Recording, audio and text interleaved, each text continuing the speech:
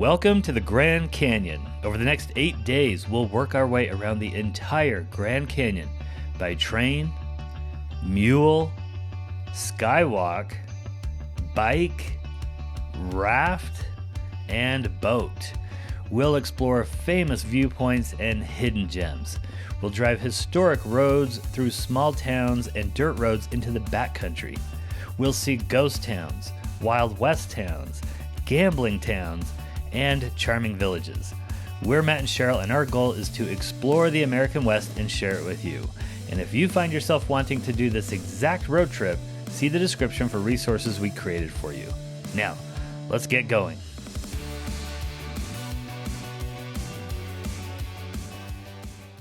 On the first day of our trip, we're going to explore some serious hidden gems on the west end of the Grand Canyon. Starting at the Valley of Fire State Park, we'll work our way south to a very cool slot canyon, the Hoover Dam, and a colorful little ghost town in the mountains. We'll end in Laughlin, Nevada. This is going to give us that special feeling of desert solitude before we encounter some crowds at the Grand Canyon tomorrow. Let's start with the North Shore Road Scenic Drive. This road hugs the coast of Lake Mead, the largest reservoir in the country. On the other side of the road are the Muddy Mountains. This is all in the Lake Mead National Recreation Area. Notice how the map sprawls all the way south to Laughlin, Nevada. We'll be in the Lake Mead National Recreation Area all day today.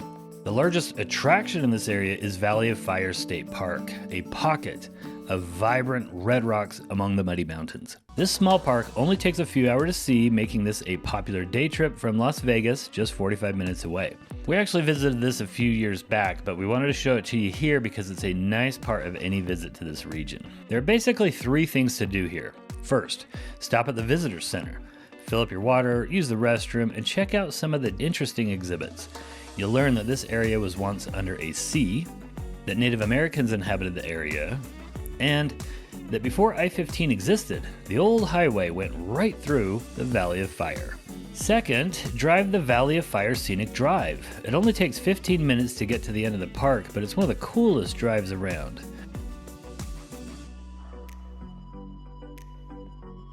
Once it gets through this vibrant valley, it opens up a bit as it winds to the end of the park. The cool thing is, if you drive this road, you can say you drove where Elvis drove. He raced down this stretch in the movie Viva Las Vegas. Third, there's a few short hikes and viewpoints in the park to explore it further. When we visited, we hiked nearly every hike in the park in just a few hours. They are short and easy. This one takes you to a formation called the Fire Wave. That was Cheryl's favorite hike, but mine was Rainbow Vista Trail, in part because we had a fun wildlife sighting. I loved the vibrant cacti and the wonderful little canyon that we walked through, but the final overlook was the real payoff.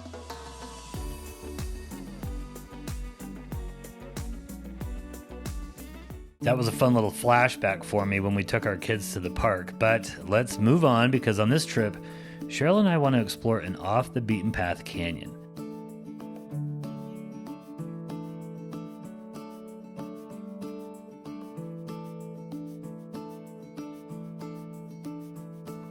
Okay, we are way out here in the middle of nowhere. I'm getting ready to go for a little hike up through a slot canyon. We're near Lake Mead, just outside of Las Vegas here.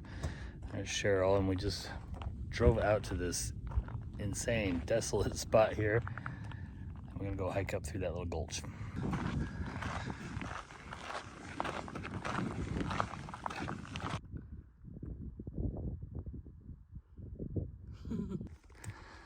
Some of these crazy rock formations are pretty neat here in this little canyon. All right, is it feeling good to get back out on the trail? Oh my gosh, okay, so it's April, so this is our first time on the road since this long winter, and I have never been anywhere so remote. I feel really alone. I'm trying to landmark it and make sure we know where we're going. Okay, I think we found the entrance here to the Narrows. Made it in here.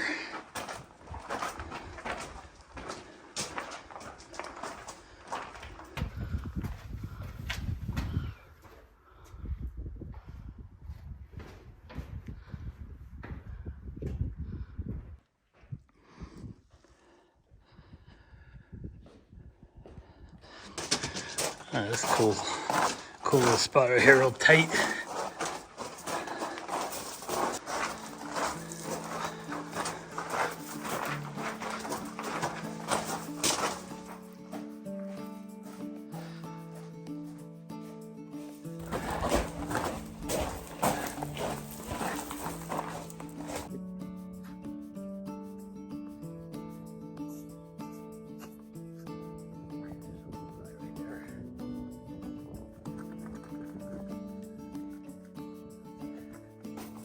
This little canyon right here is satisfying, just straight down. It's cool.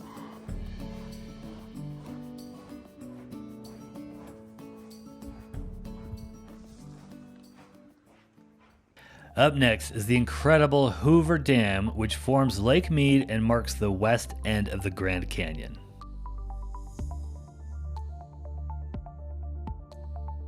We didn't stop at the Hoover Dam on this trip due to time, but we visited the dam several times before. 7 million people visit the dam each year, which was once the largest dam in the world. The dam was built during the Great Depression in the 1930s to provide irrigation water to several states in the West. It's located in Boulder Canyon, which marks the west end of the Grand Canyon. At the time it was built, it was the largest cement project and largest dam ever constructed. It was celebrated as a monumental human achievement. Today, it's like visiting a time capsule. Once you pay the $10 parking fee, you'll encounter a series of monuments dedicated to the accomplishment. This is called the Winged Figures of the Republic, with angelic figures pointing to the heavens, indicating it was a superhuman accomplishment. This is a tomb for a stray dog who roamed the worksite. The workers adopted this dog and called him the dog who owned the dam. Unfortunately, he died in an accident. The workers loved him so much they jackhammered a gravesite and a tomb for the dog. This monument is dedicated to the high scalers, men who hung on the edge of the canyon hundreds of feet in the air, responsible for dynamiting the canyon walls. This is a plaque commemorating the 96 men who officially died during construction of the dam. The number of people who actually died on the job site was probably much higher. Their deaths were seen as a sacrifice for the greater good. They died to make the desert bloom, the plaque says. The monuments and decorations around the dam are done in the Art Deco style, which was popular in the 1930s. It feels like a little trip back in time.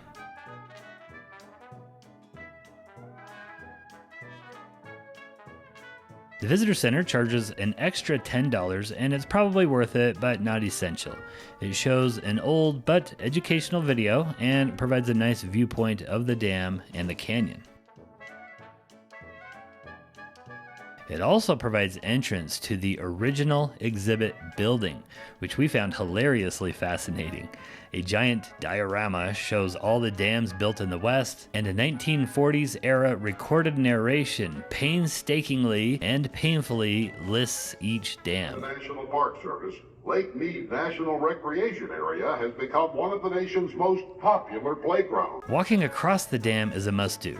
In so doing, you'll cross the Nevada-Arizona state line, and you'll go from the Pacific time zone to the Mountain time zone. Strangely, because Arizona does not observe daylight saving time, most of the year you'll stay on the same time.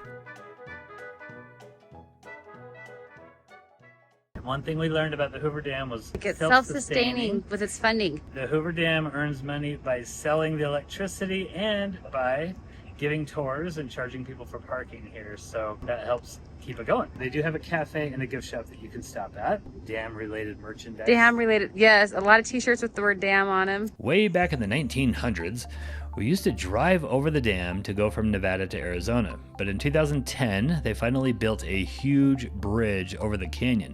A bridge that I think is as impressive as the dam itself.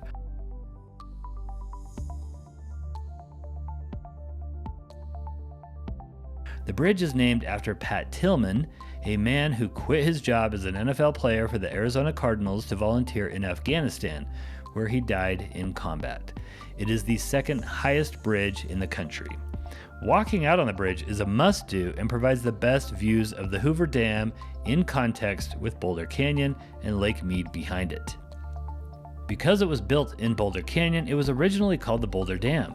Workers were imported from around the country, and a nearby city called Boulder, Nevada was established to house the workers. Today, the fancy Boulder Dam Hotel is a nice place to sleep or grab a bite to eat, and it has a nice little free museum dedicated to the dam. We stopped at a little park in town where we saw some bighorn sheep with Lake Mead in the background. Because the workers were often young men, the company town had strict rules against partying and drinking. So on the weekends, the men took their paychecks and ran off to a little upstart town that had just legalized gambling. The Hoover Dam construction project didn't just build a dam, it built Las Vegas. Now we're driving into the El Dorado Mountains, just south of the Hoover Dam. The Spanish gave them the name El Dorado when they found gold here in the 1700s. Later, one of the biggest mining booms in Nevada state history happened in these mountains. This brought an influx of miners looking to strike it rich. The town of Nelson was established and named after a miner who was murdered. Like other mining towns, it went bust and fell into ghost town status. But eventually, one man who had a habit of collecting junk decided this would make a good display case for his treasures.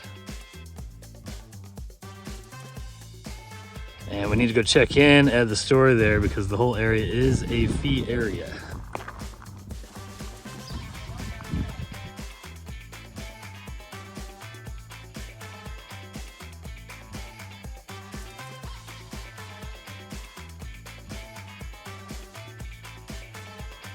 Okay, their signs aren't all that polite here. This is not Disneyland. Check in at the store.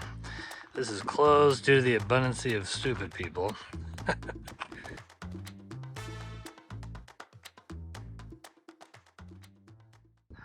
This is quite a collection of stuff they got here. This is a really quirky old mining town, and I feel like we just got our old grouchy prospector moment. You have to check in here because people have done some really stupid things here, so they won't let you just walk around. And I'm like, hey, tell us the stories about Nelson Ghost Town. He's like, it's 30 years of hoarding. A couple people in town just bought this, and I guess it was underwater for a while, and it has all sorts of stuff. So celebrating 30 years of hoarding. It's pretty photogenic. I guess people come and get their wedding photos taken here. Okay, they got some really cool cacti and a little church here, a little chapel. I think for all those wedding photographers.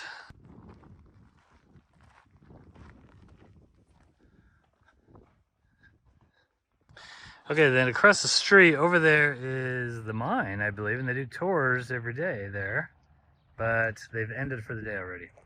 Okay, I'm guessing the guy also collected a airplane, so he's now built a crash site here. There's the other half.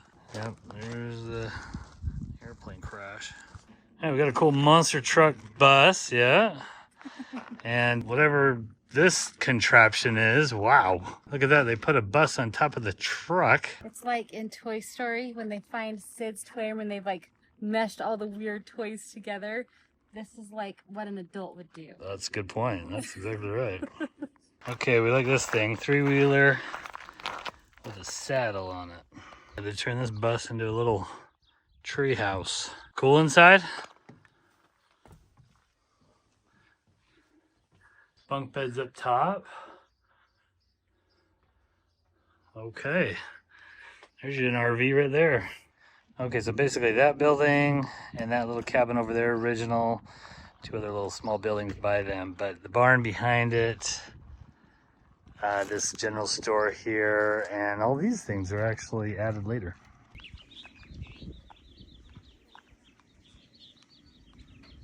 We spent the night in Laughlin, Nevada. Laughlin is one of several border gambling towns created to attract people in nearby states.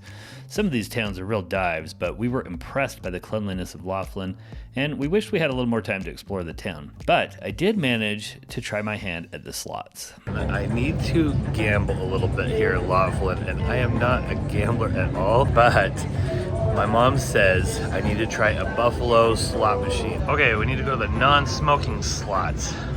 All right, here's a buffalo machine, but I don't think this is the one we want. Aha, I found it here. Buffalo Gold. Now, problem is I have no idea how to do this, and why is there an ashtray on the non-smoking machines? All right, I have no idea how to do this, so I'm gonna go ask the guy here. I think I might need to buy a card from him. Apparently, all I need is cash, which I don't have. So I've come over to the ATM, and I haven't used an ATM in ages, so I don't even know my PIN to get cash out of the ATM. These buffaloes are just taunting me because I don't have the money to play. Okay, it was kind of a miracle, but I remembered my PIN. All right, let's go back to the non-smoking section with ashtrays. Okay, here goes nothing. Insert my bill. Let me know what... Oh, all right, the fun is about to begin. I have no idea what button to push. Maybe I'll try that button. That did not work. Oh, there we go. I have no idea what I'm doing. Game over. Oh, that cost me a penny? I think that cost me a penny. Let's bet 6 credits then. Let's try that. Well, it says I'm down to 1993 now, so apparently I lost 6 more. No idea how to bet more, but this 6 cents at a time feels a little tedious. There is a cash out button here. Maybe I should just save myself time and push the cash out button now. Let's just keep going, I guess, on 6 cents at a time. Oh, wow. How do people do this all day? I've never understood. Uh-oh. Something good might be happening. No, apparently not. I actually like craps and blackjack a little bit. They're kind of fun. They're interactive. I've never understood the joy of pushing a button on the machine, but my mom likes slot machines. Now, one thing I like about this machine, you can hear the buffalo running. Ooh, I won something. I won $1. Oh my gosh, I just won $1. All right, time to up the ante here. We got betting $2 at one time here. Need to get through this misery. Oh, 40 cents. They're just stringing me along here. I think I need to have a talk with my mom about this. This is not a good game. All right, down to 32 cents. Won't let me bet anymore because I'm too low. 32 is what I have left over from my 20. Okay, today is day 2 of our road trip. We stayed last night here in Laughlin, Nevada. Now today we are going to drive Route 66 through Arizona, and along the way we're going to take a side trip to Grand Canyon West, which is where the Skybridge is. So we get to walk out over the Grand Canyon. Our first stop this morning is Oatman, Arizona, a very cute little town that's just over the mountains here. These mountains we're driving into are called the Black Mountains. In 1915, gold was discovered in them there hills, which brought a gold rush. The town of Oatman was established, and for about a decade it became the most profitable gold mine in the country. Like all gold rushes though, the mines ran out and the wild, lawless town faded into obscurity. While most mining towns would have become ghost towns, Oatman had the good fortune of being located right on Route 66 just as people started heading west in their jalopies. This kept the town alive until it was bypassed by the interstate. Since then, it has survived by being a quirky tourist attraction in the mountains.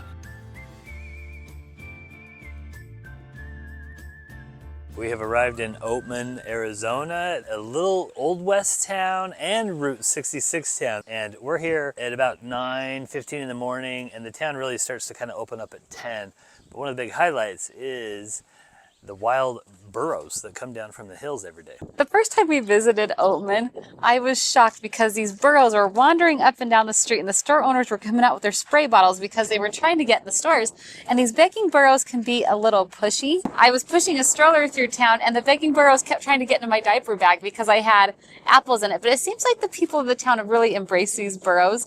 So the owner was telling me there's about 25 of them that come down every day, and this is Annabelle and Diego, and I guess she has another son named Donald T. Rump. So we give them little names, and then they sell food for the burros, so you can feed the burros when you come visit the town. As you can see, they embrace the burros here. We got Jackass Junction and the Classy Ass. This actually is an incredibly cute little town here tucked away in the mountains, and it's named after a woman named Olive Oatman, who was kidnapped as a young child Back in the 1800s, a pioneer family was crossing the desert when they were attacked by some Native Americans. Everyone in the family was killed except the young daughter named Olive Oatman, who was forced into slavery. She was given a face tattoo and raised as an Indian woman. When she was 19, she was released and taken to Fort Yuma, where she was reintroduced to American society. Her story became a national sensation, and several places in Arizona are named after her.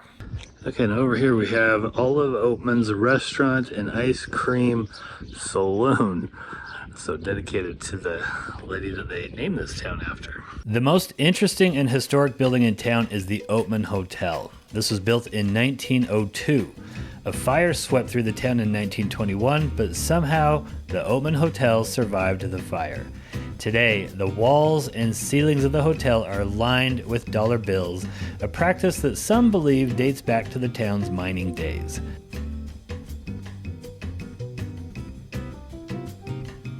The hotel claims that Clark Gable and Carol Lombard honeymooned here in the hotel after their wedding in nearby Kingman, and that Gable loved the town and returned often to play cards. Not really sure if that's true or not, but guests used to be able to stay in the Gable Lombard room, but today the hotel is only a restaurant and bar.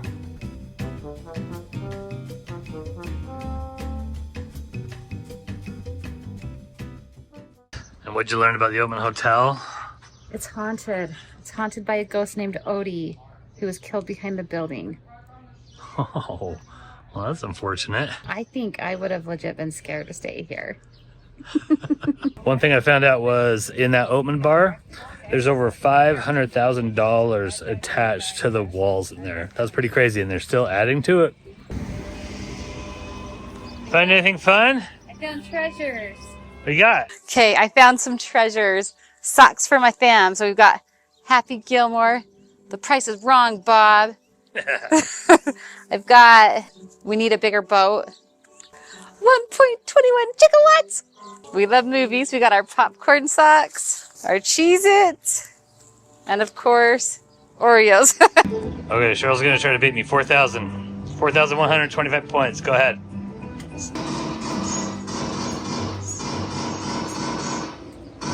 I got 225 points. I don't think I would have been Annie Get Your Gun. I think I would have been one of the like saloon girls if I lived back in the day. Burlesque girl. Okay, up next we are going to drive down the mountain here. Some crazy switchbacks into Kingman, Arizona, our next Route 66 town. Sitgreves Pass is an interesting little scenic drive between Oatman and Kingman. It was one of the few mountainous sections along Route 66, and it was known to be a scary road back in the day. In fact, early vehicles didn't have fuel pumps, so some travelers along the route would have to drive this road backwards to get up the hill.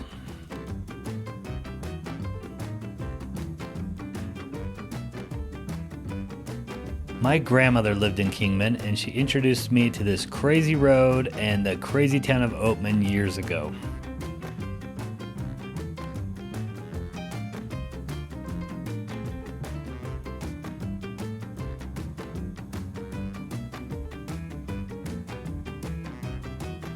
Okay, we are now in Kingman, Arizona, another Route 66 town, and they have a huge Route 66 like visitor center or welcome center here.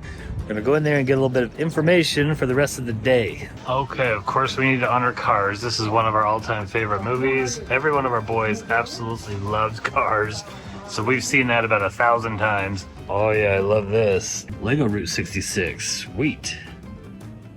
They have a little Route 66 museum here. Let's check this out. We didn't have much time to check out the museum, but it's one of the nicer museums we've seen on the Mother Road. Kingman, Arizona is one of the big visitor centers that is along Route 66 in Arizona. Now I went in there and got this little passport book, and this is just like little stops along the way. When you stop at some of the businesses along the way, you can have them stamp your book and make a little collection, which is kind of cool. Kingman, Arizona is not that cool of a town. It's nice that they have a big visitor center here, but we have a lot of places to go visit today, so we're gonna get out of here and go try to find some other cool Route 66 stuff. Let's say goodbye to Kingman and my grandmother's ashes that are spread in the mountains nearby. Before we visit more Route 66 towns though, we're going to take a little detour to Grand Canyon West. Grand Canyon West is a location on the west rim of the Grand Canyon that is owned and operated by the Wallapai Indian tribe. It is not part of Grand Canyon National Park. We enjoyed just driving there, which provided a nice scenic drive through a Joshua tree forest. The main feature of Grand Canyon West is the famous Grand Canyon SkyWalk, which was built in 2007. Okay, so we're driving out here an hour and a half out to the SkyWalk from Kingman, and we think these trees are pretty cool. And a nice drive. I've loved the remoteness of this whole trip so far. We've gone off the beaten path and got a lot of solitude and nature. It's been great. Okay, we are here. Okay, so when you come here, you cannot drive into the park on your own. You have to park here in this huge parking lot, tons of people here, and then go in here and catch the shuttle. So let's go do that right now. Okay, here's the inside of this tent area. And you bought your tickets over there. Now we bought ours online already, so Cheryl's gonna check in. Once we got checked in, we hopped in line for the shuttle. While we were waiting, we saw tons of helicopters departing for tours over the Grand Canyon. These are part of more expensive packages, but we just opted for the basic one.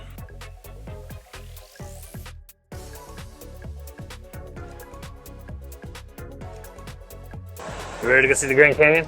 I am so excited.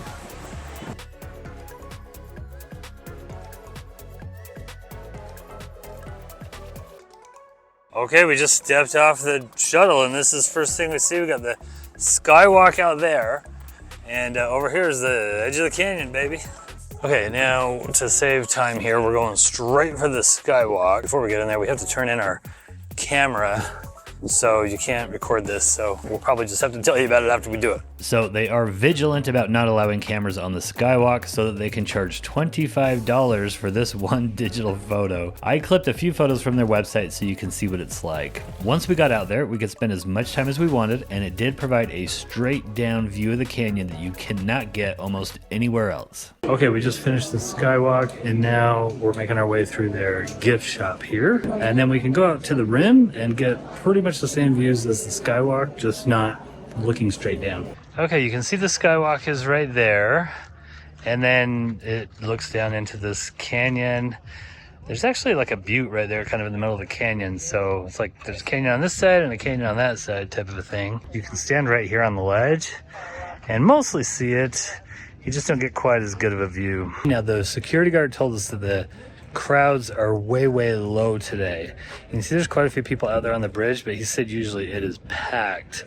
And the photographers will kind of kick you out of your spot if they are wanting a spot to take photos of people. We did do the photos just so we could say we did the experience. It was actually a really nice experience. It's very orderly. The shuttles are pretty nice because there's not like a huge parking lot here. You don't have to deal with traffic and things like that. This is called Eagle Point, and it's for this formation right here that they say it looks like an eagle. See if you can kind of tell what that is. It's got two wings going out on each side and the eagle's head right in the middle there. Eagle Point. Also, if you're wondering if it is scary, it is scary if you're afraid of heights. I mean, you are staring straight down, so if heights are really bothersome to you, this might not be for you. On the other hand, if heights just don't do anything to bother you, this might not be a thrill, but it does still provide some really cool views down into this wonderful canyon. They do have a cafe here, and we had heard it's pretty expensive for what it was, so we ate lunch before we came. We just packed a peanut butter and jelly sandwich. So they've got a restaurant up here at the top. There was a really big line, so we didn't go in there. Food's about $25 per entree, but they've got a few things to choose from. But it looks pretty cool to be able to sit up there and look at the Grand Canyon. Native American village type of a thing, or just structures. So this is a wiki-up. This is a hogan, which is a Navajo home. We saw one of these for reals at Monument Valley last year. We're just doing a little walk around their little structures, but look at the desert scenery here, kind of cool. Okay, and this is a Hopi house. We are now going to go get in line to catch the shuttle to a viewpoint, which most people say is better than this viewpoint. Okay, we got the canyon out over there, as well as over here. All right, now we're here at Guano Point, which is not fenced off. I'm telling you, the Grand Canyon is just insane. I mean, look at this. I'm just a couple of feet from just tumbling forever down there. They have a cafe here and a big old eating area that's shaded. That's kind of nice.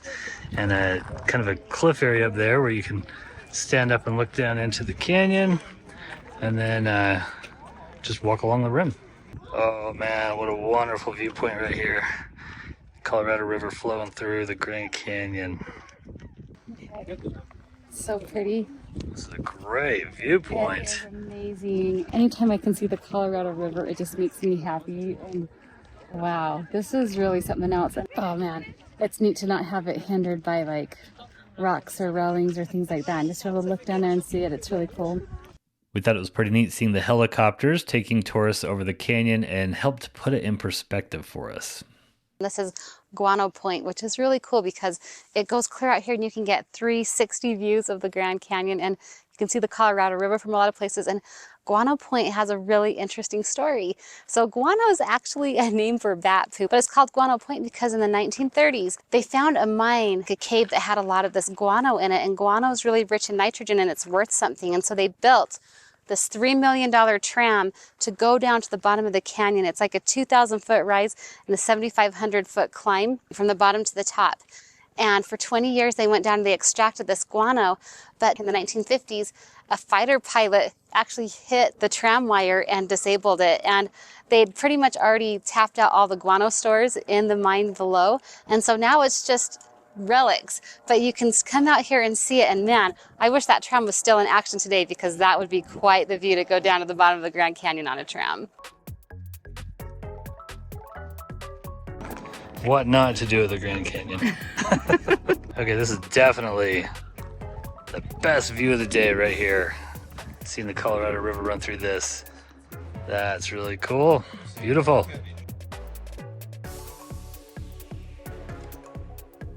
Okay, so I came into this with kind of a negative attitude. I'd seen videos of just like tons and tons of people, but we are here in April on a Tuesday, a couple weeks after spring break, 63 degrees, heavenly. We walked right onto the Skybridge. I can't believe it. I was asking the security guard about what the crowds are normally like. He says people wait on average an hour and a half, so we were super lucky. He says on popular weekends it could be 3 hours. So I think that we like heaven opened and gave us a great experience. I think this is totally worth it. I loved it. It's, you know, it's a little bit of money. It was about $175 worth of damage for us total, but 175? yeah.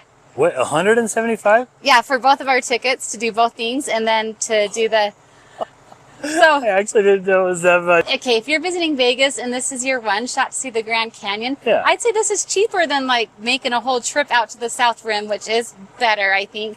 But this was nice. I really enjoyed my time out here. We did. We enjoyed it. Not gonna badmouth it, but I actually didn't know it was $175. I know. Okay. This is why I run the finances. Matt never knows what's going on. Hope this gave you a good idea for what it's like to visit Grand Canyon West. It's just me and Matt. We're not fancy.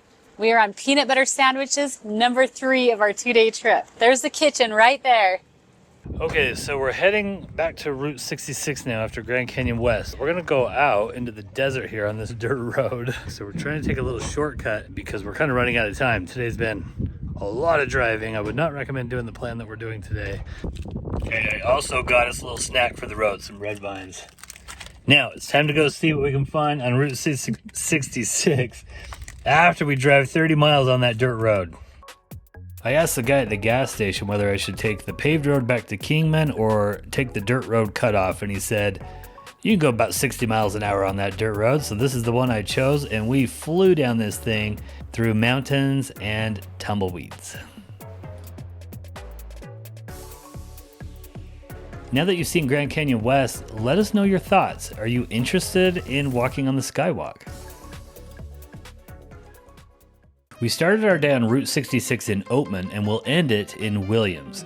The trip to Grand Canyon West was a side detour that we had to squeeze in, and we were only able to do it because it had few visitors today. This entire stretch of Route 66 is the longest intact stretch of the Mother Road in the country, and it really does give you the feel of the old highway experience in contrast to the freeway experience. Okay, I got the book here. There's a business that has the giant heads. And there it is. This is Ranchero Cozy Corner RV Park. Unfortunately, they are closed, so I can't get my passport book stamped. Okay, we're here at Hackberry General Store. Okay, let's go check this out.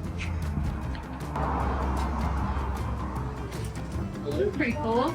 Yeah, they got the dollar bills here too. Fun. Okay, now this is cool because it's all the foreign money. And one thing I've learned this year and last year doing Route 66 is the number of Europeans who are interested in driving Route 66, and then we've actually seen a couple people from France in the store here today. Let me see if I can get this. Well, let's get it that way. Route 66 is about 2,400 miles long, but it's actually broken up into several sections since it's been decommissioned. This is the longest section of intact Route 66, which is about 180 miles. Seligman is known as the birthplace of Route 66 because in 1987, its residents convinced the state of Arizona to declare this stretch of road as historic Route 66. The route had just officially been decommissioned and left for dead, but they started the movement to bring back the Mother Road as a historic tourist attraction. Seligman has a lot of murals on their stores here and get you kicks on Route 66, of course. And they are bragging up that they are the birthplace of historic Route 66. They are getting their Route 66 on here, that's for sure. Delgado's Smokeout. Largest display of milkshake variety. Look at all the kitschy Route 66 stuff. All right, we got Juan's Garden here.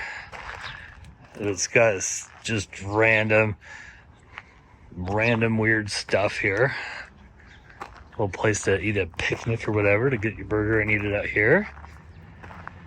Okay, here again, store is closed, so I can't get my passport book stamped. I went through 8 states, and it started in 1927. So I like this map because it's very visual on like what states people are traveling through. In 1978, this town of Sigmund was bypassed, and like everything closed down like within one day. Our business completely went away, and it was just crazy to think about like a small change in transportation can make such a big difference. And so it was like a 50-year run of people just going across the country and enjoying it. Do you want to do the whole entire route someday? I think I know the answer to this question, but is this something you could do? Well, maybe when I'm retired, yeah. We're kind of amazed that we managed to see everything we wanted to today, but we're not done with Route 66. Our last stop is Williams, Arizona, which makes 2 claims to fame. The first is that it was the last town on Route 66 to be bypassed by the interstate. They actually filed a lawsuit to prevent the freeway from bypassing it. Ultimately, they agreed to drop the suit in exchange for 3 freeway exits for their small town.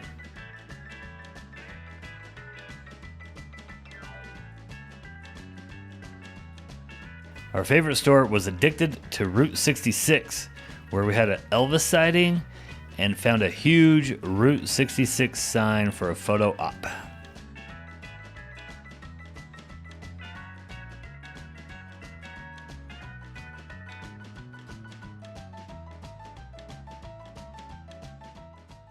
Okay, and I just found a sheriff at Radiator Springs.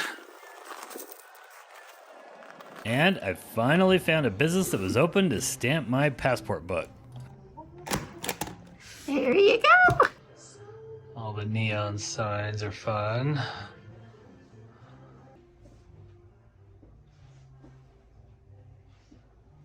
The second claim to fame is that it's the gateway to the Grand Canyon, which is where we're going tomorrow on the historic Grand Canyon Railway. We'll stay at the Grand Canyon Railway Hotel, dine in style at the Fred Harvey Restaurant, and explore the South Rim just as visitors did over 100 years ago. Our day will be packed with history, amazing views, and maybe even a train robbery.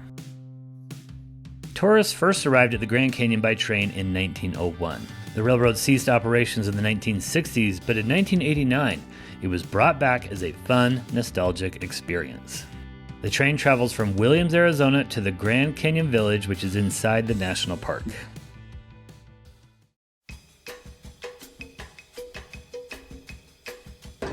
Okay, we arrived in Williams, and we are checking in at the Grand Canyon Railway and Hotel. Tomorrow we're going to ride the Grand Canyon train. This is a really beautiful lobby. We are just checking in right now, and we're going to go eat dinner, and then I just want to hang out in the lobby by that big fireplace. The large paintings of the Grand Canyon definitely build the excitement. And the massive fireplace provides a cozy atmosphere to hang out in.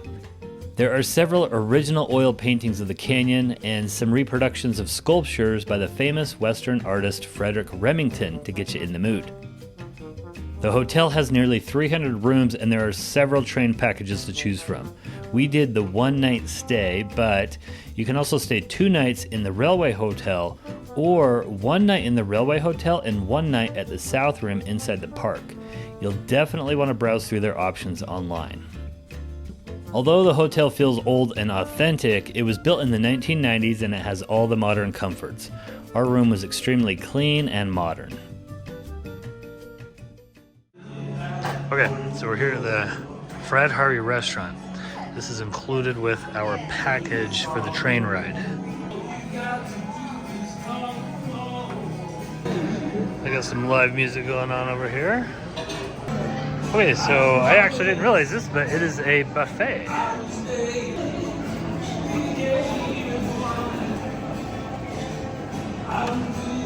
This feels homey. You got a fireplace over there. It's nice. I feel like my kids would love this because they'd get to just load up on anything that they're interested in.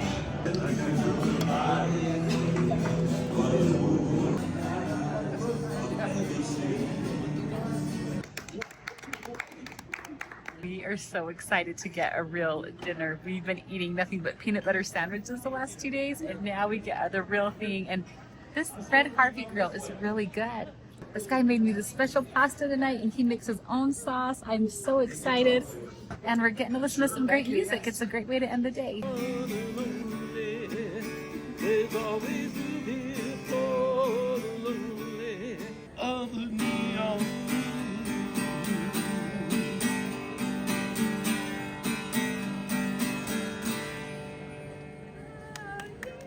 This restaurant is named after the famous Fred Harvey. Fred Harvey built restaurants all along the Santa Fe rail line to provide fresh food to those early tourists. His restaurants were called Harvey Houses, and they were staffed by waitresses called Harvey Girls.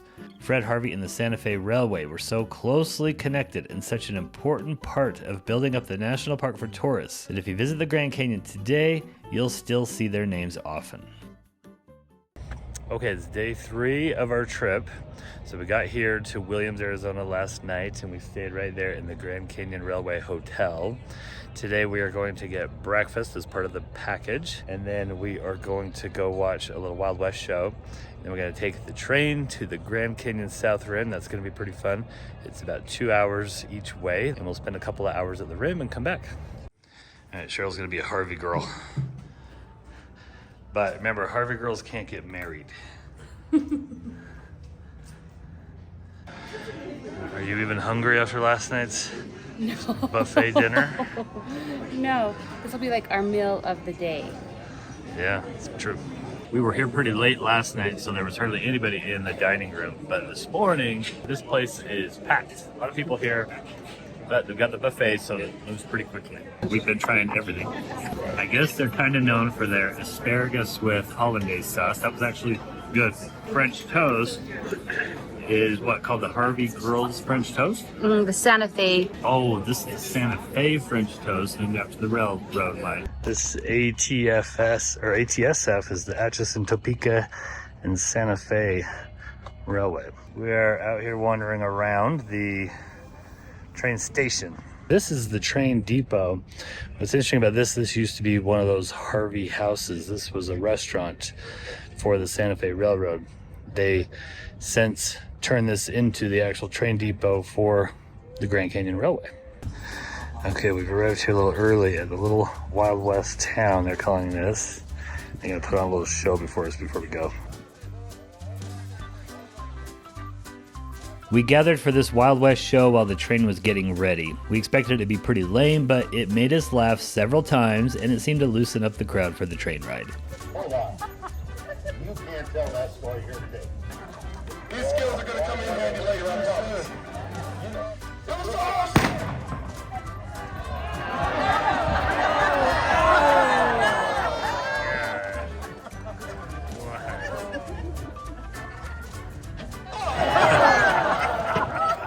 Okay, how was the show? Well, it included some dad jokes, and they weren't afraid to like poke fun at some things that we normally don't poke fun at. But I guess we're in the West, right? That's how it goes. They're just making fun of Alec Baldwin. Who doesn't? But the show was actually funny. They had some pretty good little jokes, and it was just kind of a fun, lighthearted little thing. And the good guys won. The good guys won. The sheriff won. Yeah, I guess so. Kind of like the bad guys. The bad guys are great. Yeah. I think we're going to see more of them, by the way. Yeah, I've heard there may be a train robbery. We'll see. Okay, now we're ready to board the train here. I've got our passes, our train passes here, and we are going to take a coach car on the way up to the Grand Canyon. On the way back, I think we're like at the top, like a more luxury cabin, so we'll compare those two. This is the Mary Coulter car here. We're going to be riding that on the way back up to the top there. We are kind of blown away by the number of people here getting on this train. Yeah, like it's not dozens, hundreds. We've got our workers with the white gloves, the conductors, taking our tickets just like guests from 100 years ago that were fancy people. Hi. Hey. Hello. Have a beautiful day today. Okay. We are like at the very front of the train. Ooh. 12 AC. I wonder if it's going to be loud. 123 years ago, you had your ticket in hand. And we're off. Wave goodbye to the bad guys. The train station is right in the middle of the small town of Williams. It doesn't take long to get into the countryside. So, welcome aboard. Our destination is the Grand Canyon National Park. Thank you for riding the Grand Canyon Railway today. The sheriff stopped by because he thought I looked suspicious. The deputy thinks that I'm going to cause trouble by getting too close to the rim. I'm trying to pee off the ledge of the rim. He was profiling you. He says you're the type. Yeah, he's seen me before. Make noise!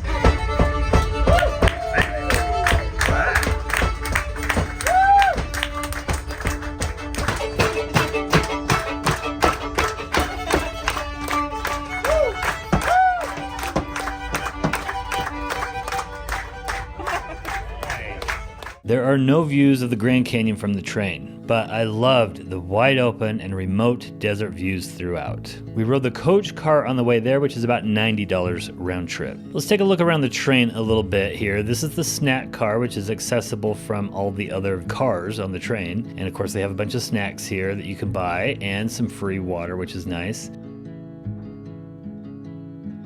Now I'm walking from one car to the next here, which is the Pullman car. This is the cheapest of the cars because it does not have air conditioning. It's about $70 per adult round trip.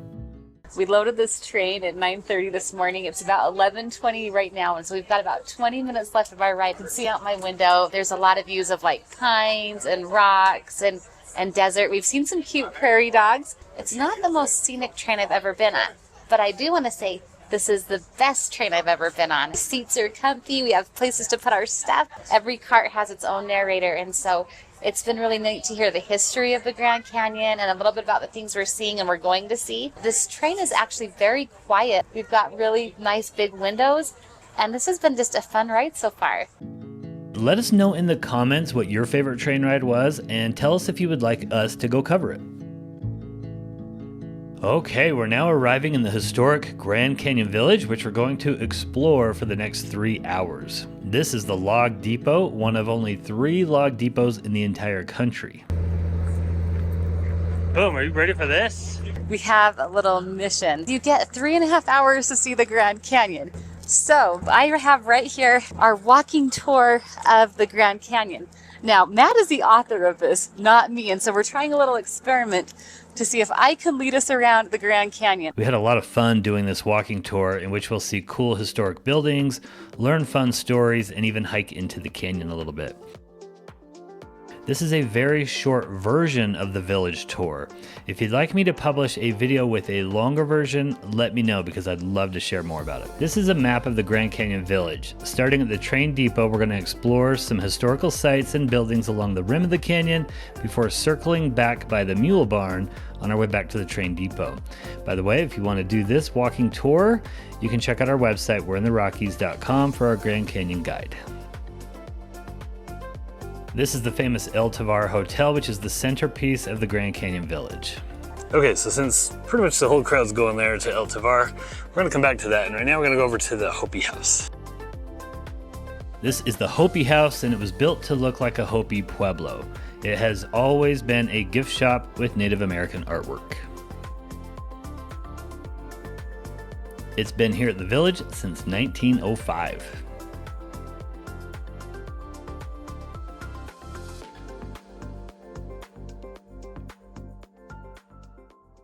I was really drawn to the ceiling because it's made out of like mud and Thatch stuff, yeah. Yeah, it's pretty cool in there. And kind of low ceilings, and there's different levels, and then the sun is kind of in there designed to kind of keep the building cool but light it. Okay, so the Hopi House is just really a few feet from the rim of the canyon here.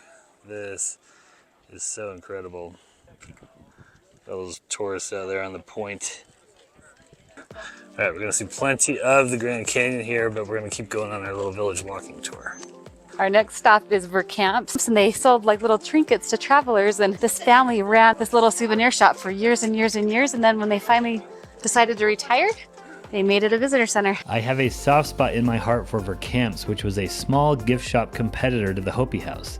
The park wanted to kick them out, but the family-run business hung in there for over 100 years, making it the oldest family-run concession in the entire National Park Service. Did you know that Grand Canyon Village has a high school with sports teams? Weather is insanely nice today, and this view is one of my favorites.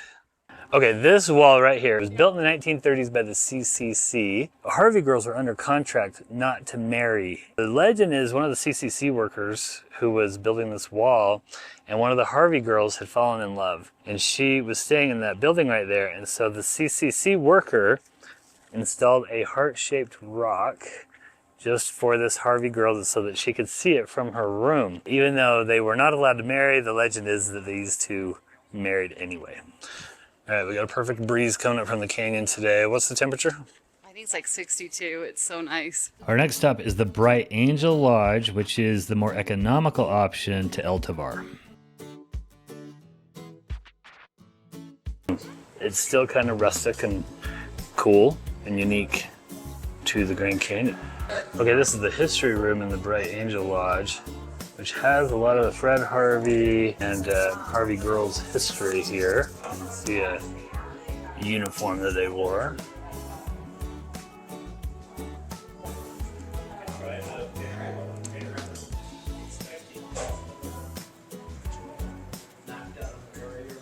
This fireplace it's like the Grand Canyon. Like the Grand Canyon is filled with layers of rock, just from oldest to youngest, and it's just like this here.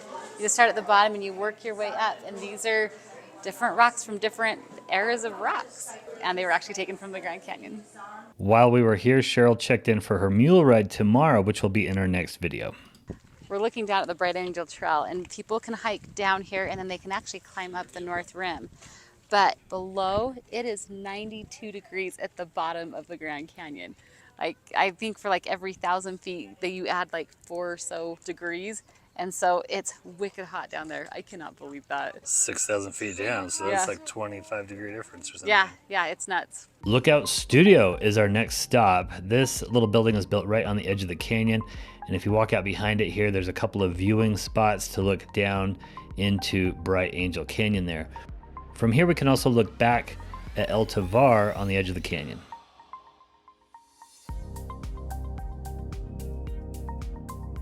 Lookout Studio was built to be a direct competitor to our next stop, Kolb Studio.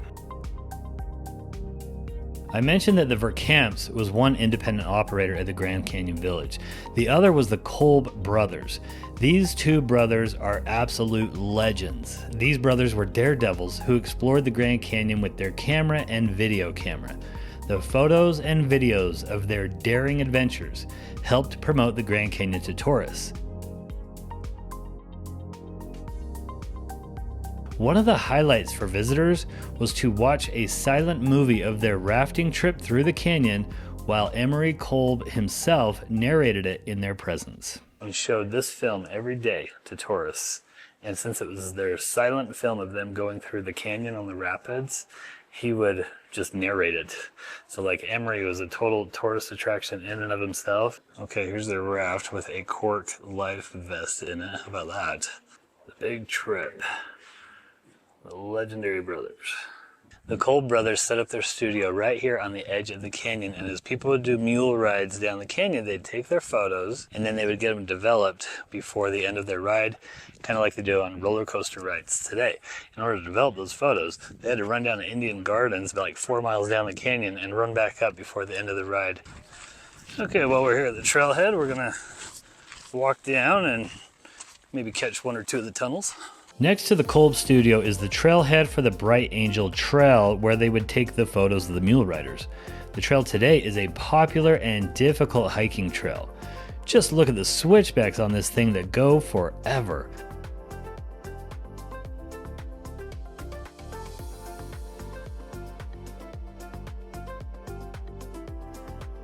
We don't have time to do that, of course, so we're just going to walk down to the first tunnel.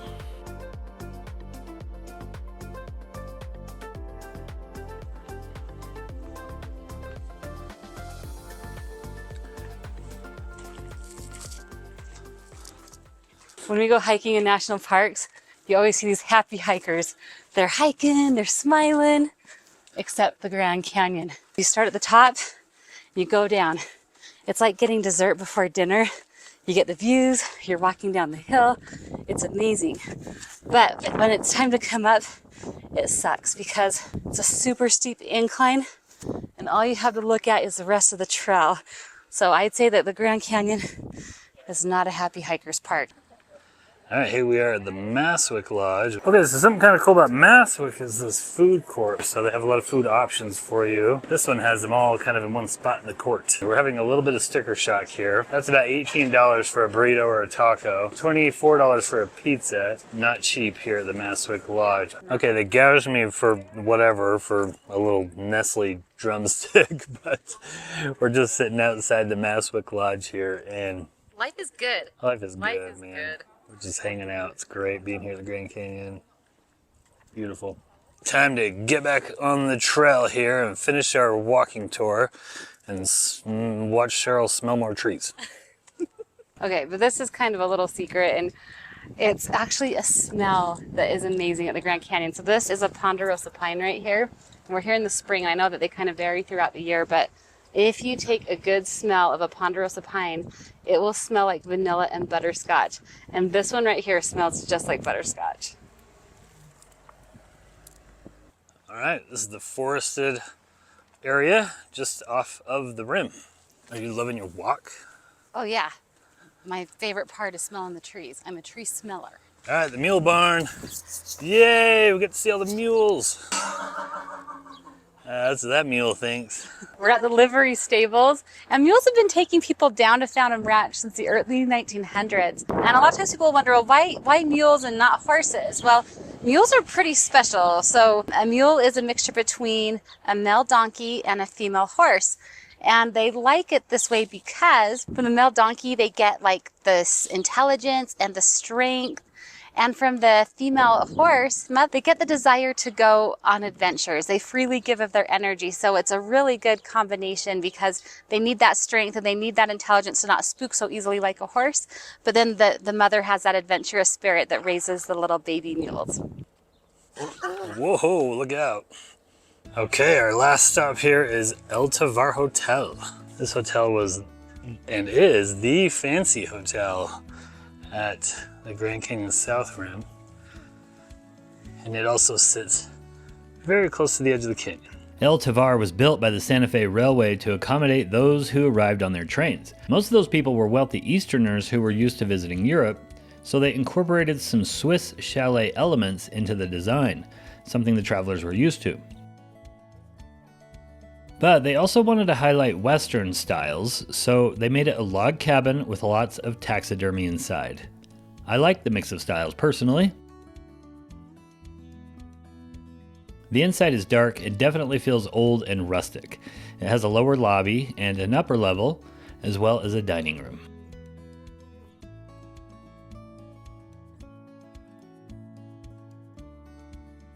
Look into the lobby.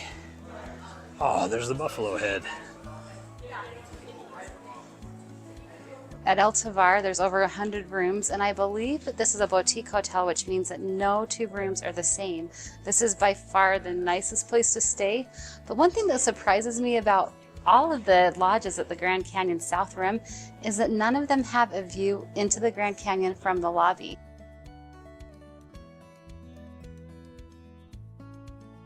All over here at the Grand Canyon, you'll see huge portraits in honor of Fred Harvey. We had quite the whirlwind tour of the Grand Canyon Village, but we still found some time to hang out on the deck of the El Tovar and enjoy views of the Grand Canyon. Okay, and our last stop is the depot, where we are going to board our train for the return trip. This depot is something like the oldest log depot in the country. It's very well maintained, really cool on the outside, a little gift shop and stuff on the inside there. Okay, now it's time to hop back on the train, but remember that we're getting a different experience on the way back because we booked the Sky Dome car. We have totally been bumped up a class.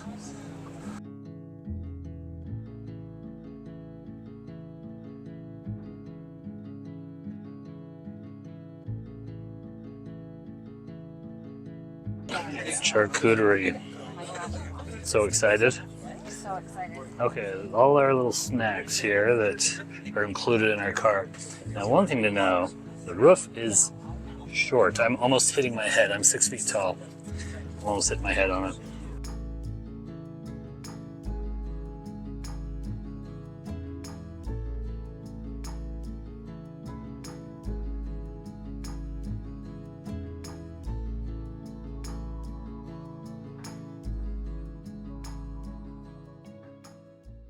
All right, here comes the robbers.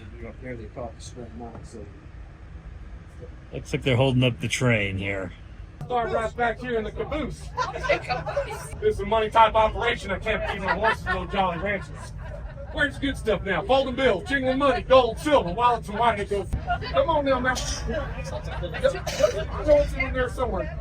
No touchy.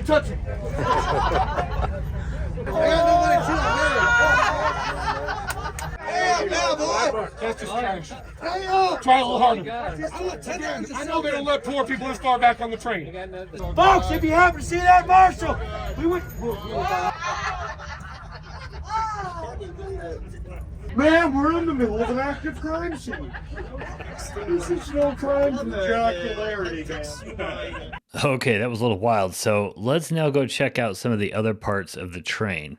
So from the Sky Dome, we can walk through this car, which is the luxury dome, to get to the very back of the train where we can see the train tracks. One of the cool experiences of the luxury ticket is that you get to come out on the back deck. This is actually really cool. I've never been out here on a train like this where I can see the tracks. And it makes me want to climb up on top of this train because in every Western movie I've ever seen, they always have a fight scene up on top of the train. Cheryl says it feels a lot faster out on the back.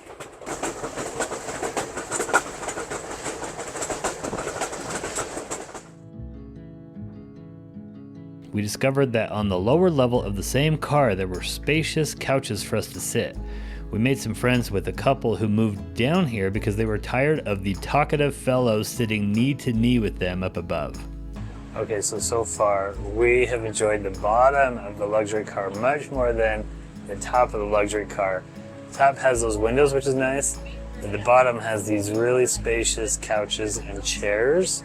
and you're not sitting right kind of knee to knee to your neighbors. We're now riding in the luxury dome of the Grand Canyon Railway. I feel like we've been put in a time machine and we're traveling like people did 100 years ago. This is how the wealthy visitors would visit the Grand Canyon. It's been so fun today because we've been learning about Fred Harvey, and they would have terrible food at all of these stops.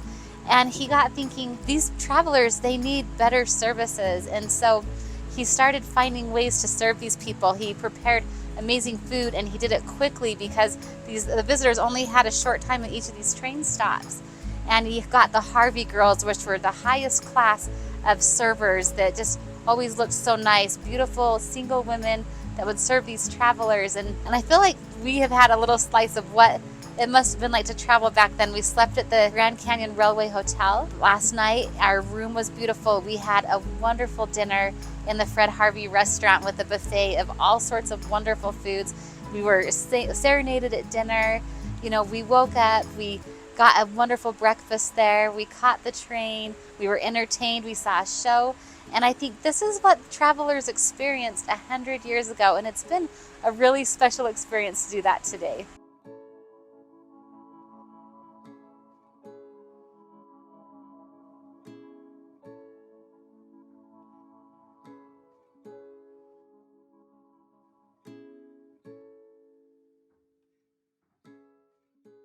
Good morning, everyone. I am standing on a corner here in Williams, Arizona. Today is day 4 of our trip.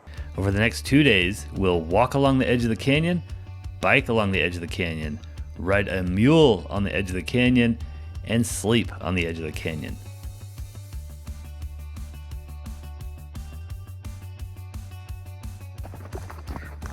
Can't wait. Let's get going. The drive from Williams to the entrance of the South Rim is about an hour. There's a short line of cars at the entrance, but we're here in April 2024 and there's hardly anybody here. Another perfect day at the Grand Canyon. It's got to be 60 degrees, it's sunny, no problems parking. We rolled in at 9. All right, first looks at the canyon this morning.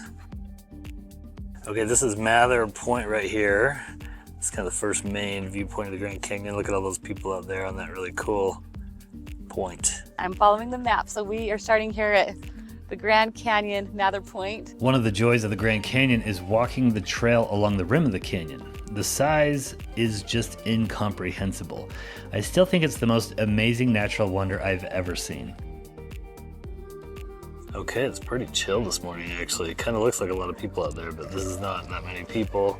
Other places might be more beautiful, but to me, none are as incredible as the Grand Canyon.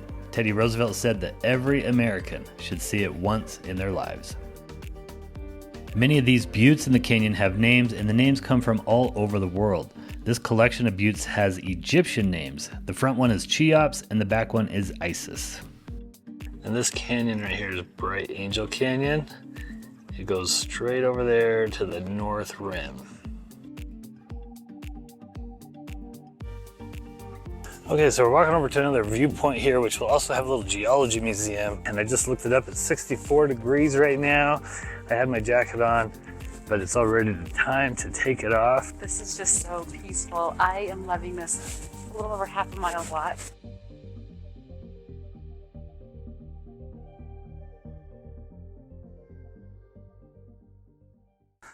Okay, so just saw something cool here. The Kaibab Trail Suspension Bridge is way down there at the bottom of the canyon, and can't see it too good on the camera here, but you can see the river. There's a bridge that crosses over it, built in 1928. It was the only place that you could cross the Colorado River between Moab, Utah, and California. How crazy is that? Occasionally you'll see little telescopes like this to help you spot some formations. So what are you looking at right now? I am looking at the Shiva Temple. Shiva Temple? This is the Yavapai Geology Museum that has the best exhibits about the geology of the Grand Canyon. This is showing the many rock layers of the Grand Canyon, and you can see that some at the very bottom are tilted. These are some of the oldest rocks on Earth. It's often been said that the Grand Canyon is like the Earth's history book. This is a little relief map that shows where the village is and the formations in context, which is pretty nice, and you can see Cheops, Isis, and Shiva that we saw earlier. These formations were given their names by a man named Clarence Dutton, who is known as the poet of the Grand Canyon. Well, that was an amazing way to start off our visit to the Grand Canyon, and now we're going to catch the shuttle back to the visitor center to rent some bikes. Shuttles at the Grand Canyon are free to ride, and they go all over the village. There's multiple lines. They're really easy. They are the way to get around the Grand Canyon. This is Bright Angel Bikes, and they have a ton of bikes for rent. We rented a couple of e-bikes, and they gave us a little map overview before we hit the road. Ready to go. We are going to ride e-bikes. We're going to try to do it along the entire canyon. We're going to try to go out to Hermit's Rest and then go out to Yaqui Point too. We are going to try to do this in 5 hours. It's about a 21-mile bike ride. And they have an audio tour, so we've got our earbuds. It's supposed to kind of direct us around and tell us some history and some things about the things we're going to see. So I am really excited. These aren't brand new bikes. No, the tires look a little rough right here. But they kind of sit like a beach cruiser type of thing, and they are very comfortable to ride. Yes. The first part of the ride is through the Grand Canyon Village, which has a dedicated bike path that winds through the trees. The audio guide is an app made by Bright Angel Bikes, and it gave us GPS-enabled directions, which actually helped navigate through the village, but it did not tell us any stories as we thought it would. I tried to get a little recording of myself while I was biking, and it didn't go all that well. This is Hermit Road, and during the busy season, it's only accessible by shuttle or bike. The lack of cars makes this a great road to bike. One of the nice things about biking is that you can explore the viewpoints on your own schedule without having to wait for the shuttles. How's the ride so far? I'm so glad I have an e-bike. Those hills would have killed me. We get to just stop whenever we want and look at lookouts. Okay, this is an absolutely insane viewpoint here. First of all, you can see the Bright Angel Trail down there, which we have hiked before. The Grand Canyon Village there, including the Kolb Studio, and then also El Tovar over there. You can see a helicopter carrying something, and the San Francisco mountain peaks. What an incredible viewpoint of the layers here from the mountains all the way down. Wow. All right, one thing is you have to bring your own backpacks on this ride. They don't give you anything to store your lunch or anything else. This is Powell Point, and it's one of our favorite viewpoints of the Grand Canyon for two reasons. First, it has a large monument to John Wesley Powell. He was the first person to successfully explore the entire Grand Canyon by rafting through it. In 1869, he took 10 men and 4 wooden boats for the journey. One of these men was Clarence Dutton, who gave many of the formations their names. John Wesley Powell, he lost his arm during the Civil War, so he did this whole rafting trip with one arm. The other reason we like this spot is the natural rock ledge that makes for a great photo op with the canyon. Hermit Road has some of the best viewpoints in the Grand Canyon. For example, from this viewpoint, we can see the Colorado River, which isn't all that common to see from the rim of the canyon because it's buried deep in the canyon. This viewpoint shows some of those extremely old rocks that we saw on display in the Geology Museum earlier. They're the dark ones at the very bottom.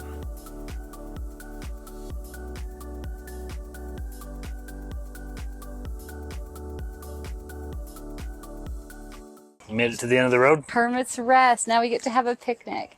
This is a little building perched on the ledge of the canyon. It's the last stop on the Hermit's Rest Road. It's just a little awkward because you can't get a straight on shot of it because it faces the canyon. So you kind of look at it from the side. The inspiration for it was a real hermit who lived in this area. But the building itself was constructed by the Santa Fe Railroad. The inside is pretty cool. It has a cafe, a gift shop, and a huge fireplace with decorative soot on it to make it look authentic. We purchased boxed lunches from the bike shop and ate them at Hermit's Rest. I had a chicken salad sandwich and it was very good. I got the veggie hummus wrap. Yummy. We are here at Hermit's Rest and they have a little cafe here, which Cheryl says is cheaper. So Cheryl, I want to know how much these cost. So I think our lunch, well, we did get a water bottle. You want to show your water bottle? Oh yeah, they gave us a water bottle. Bright Angel Bicycles water bottle. Yep. Okay, so it was like $17. Per person? Uh-huh. Okay, so the cafe here is a little cheaper than that. So but still, either way is great. You can either get your lunch and bring it here, or you can get something from the cafe and eat it right here on the rim of the canyon. Mm-hmm. We've got an intruder. We made all of our stops on the way out to Hermit's Rest, so on the way back we just pedaled and enjoyed the breeze and the views. We rode all the way to Yawkey Point, which is on the other side of the village, but I couldn't find any footage of that section. I must have enjoyed the ride so much that I forgot to take any video. But here are a few things to know if you want to bike at the Grand Canyon. We did a half-day e-bike rental, which is about $80 per person. Regular bikes would have been about half as much, but there were quite a few hills along Hermit Road, and I definitely recommend e-bikes. These bikes are not rockets. You still have to put forth a fair amount of effort. Even though they are e-bikes, they're gonna make it a lot easier. If you have little kids, they also offer trailers and tag-alongs. Let us know in the comments if you've biked the Grand Canyon before and what you thought, or if you would like to bike the Grand Canyon in the future. Okay, this was your baby, so did it live up to it? Totally lived up to it. This was just the best combination of beauty and adventure I could have asked for. I loved every minute of it. We've had perfect weather today. Now it's time to check into our hotel for tonight, the Bright Angel Lodge. We happen to stay in the Powell Lodge building, named for John Wesley Powell that I mentioned earlier. Okay, quite a few rooms here in Powell Lodge. Okay, so here we are. Little tiny room. What, did we say we have a bathroom? Not every room here has its own bathroom, but we are in luck. Ooh, nice. We have our very own, although small. At least it's our own. Our view out the window. More cabins. But we are just a 2-minute walk from the rim. 1 minute. It's so close. I'll cover more of our experience at the Bright Angel Lodge later, but for now we need to get outside and walk the rim trail at sunset. We're gonna wrap up our day by watching a sunset tonight. In the Grand Canyon, the sunset's really early. We had a few mic issues, but Cheryl's explaining here that we're walking the Trail of Time, an outdoor display along the rim trail that is all about the rocks in the Grand Canyon. We don't find geology all that interesting. I mean, it's got nothing on the fast-paced, exciting field of history. But when you see all those layers in the Grand Canyon, you can't help but let your inner geologist go crazy. This trail is meant to show how long it took for the rocks and the canyon to be formed. Along the way, there are rock displays in case you ever wanted to know what Brahma schist looks like in person, or perhaps Vishnu schist, or Vishnu basement rock. Please contain your excitement.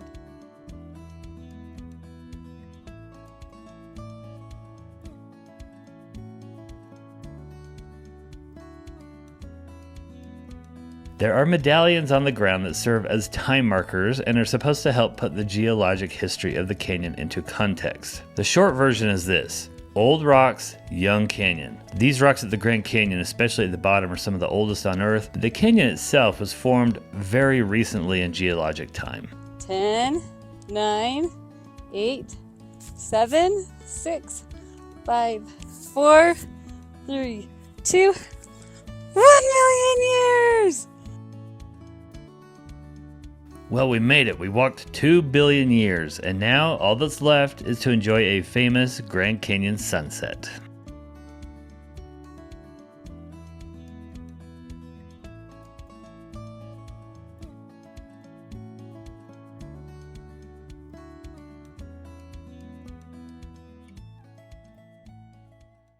Since the sun sets early at the Grand Canyon, we ate dinner afterwards. We ate at Maswick Pizza Pub, which is like a sports bar, something quite unusual in a national park. Food at the Grand Canyon isn't great, but this one hit the spot. It's been a long day, and we're a little sunburned and kind of tired. I figure between our hikes we did and our bike ride, we've done 30 miles of being on the road. And we are so famished, I think a frozen pizza would hit the spot, but this actually looks well above a frozen pizza. I'm so excited. It was nice to Just take a load off and hear some Beatles. It's fun to listen to the Beatles. it was a fun atmosphere. Good morning. Today is day 5 of our trip. I just happened to woke up early because of the time difference. It's only an hour time difference here from where I am at home in Utah. So I woke up early and over here to watch the sunrise. My cabin is back behind that one right there. So I literally had a 30-second walk to get over here. You can see some of the peaks in the distance are now getting lit up. And it's pretty cool to see the canyon kind of unfold throughout the morning.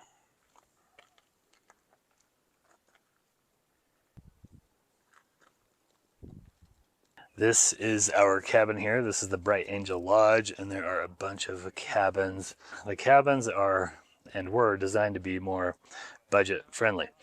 So a lot of people don't have their own bathrooms. Luckily, we got our own bathroom.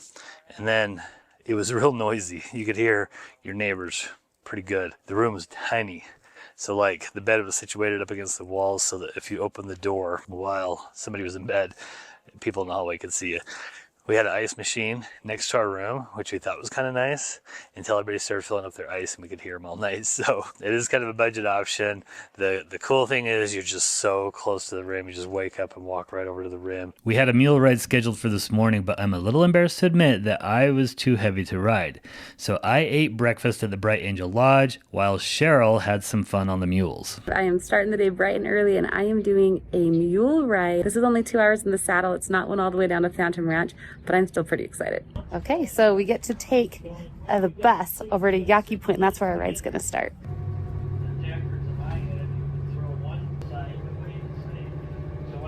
We will have extra water going out on the rides. We're meeting our mules right now. We are all on our mules ready to go, and I have got Easton. So the Easton loves people and hates mules, so we're gonna see how it goes.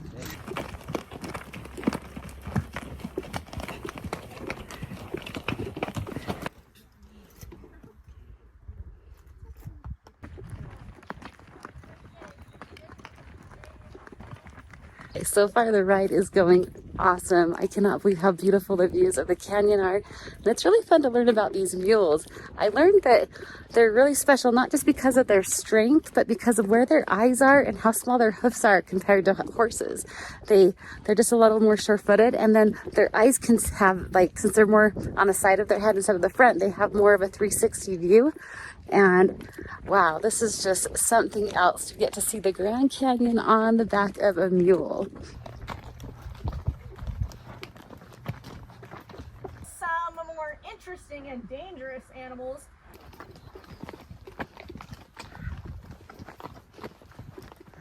Come on up, Easton, you're doing good.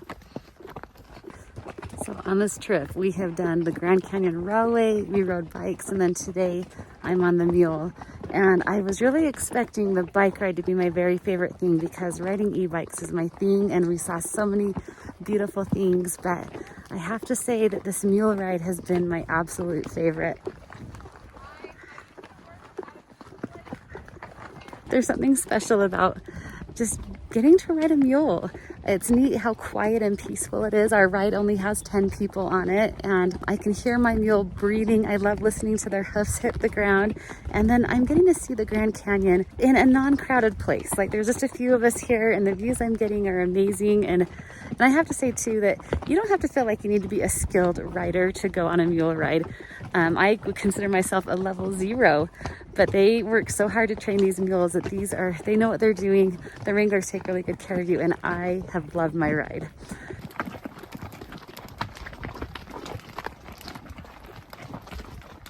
Wow, what a special experience that was. Cheryl's not normally our camera person, but I think she totally crushed it, don't you? Let her know in the comments if you will, please. I almost hate to move on from that reverent mule ride, but we do need to get going. We're driving on Desert View Drive, a 23-mile road with several viewpoint pullouts on the way. This shows how the plateau above the canyon is heavily forested. This viewpoint is Moran Point, named after a famous painter in the late 1800s. Thomas Moran promoted the early national parks through his paintings. This is a dramatic painting he did of the Grand Canyon.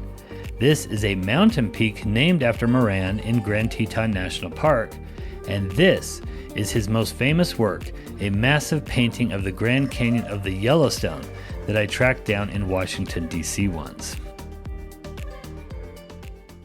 Okay, we've stopped here in this place called Tusayan Ruin.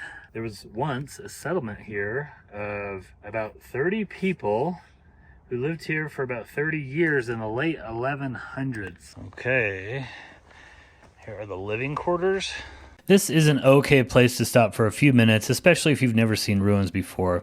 It didn't hold our attention for long because there are a ton of other ruin sites in the southwest that we've been to. Okay, this is Lippin Point, which is pretty cool because you got the mountains over there. This big sheer wall in front of you here. And then a straight shot of the Colorado River there, which is a really nice view. I like this one, you get to see the river down there meandering. This is Desert View Watchtower. This was built in 1932 as a tourist attraction. We really enjoyed exploring the inside of the tower. Okay, we're inside the Desert View Watchtower now. This building is quite a national park treasure with a little controversy surrounding it. It has a really cool opening to the top, as well as immaculate decorative walls which have artwork resembling petroglyphs. The Park Service claims a woman named Mary Coulter designed this building, along with several others at the Grand Canyon, such as Hopi House and Hermit's Rest. But in 2018, a researcher delved into the records and found out it wasn't true. Most of the amazing buildings designed at the Grand Canyon were done by the Santa Fe Railway and the Fred Harvey Company together. 3 main architects designed the buildings. This tower was done by Robert Rainey. Mary Coulter probably decorated a lot of them, but she did not design them.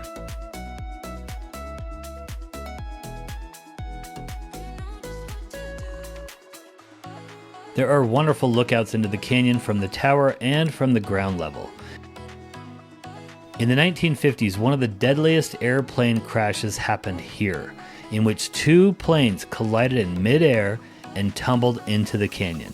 128 people died in the crash, which became the catalyst for the creation of the Federal Aviation Agency. This area is now a National Historic Landmark. So we are just finishing up the south rim of the Grand Canyon. We're at Desert View, and now we are moving on to Page. So we have done Grand Canyon West, the south rim, and now we're making our way around to Page. Only rim we're not hitting this trip is the north rim. We're not hitting the north rim because it is closed in April due to snow. We're going to finish out our day by driving to Page, Arizona and checking out a couple of really interesting sites along the way. This is the Little Colorado River Canyon. There's actually 2 stops along the main highway here. They're not hard to find, but they also aren't marked very well, so I have these detailed in our Grand Canyon itinerary. These are some really wonderful viewpoints.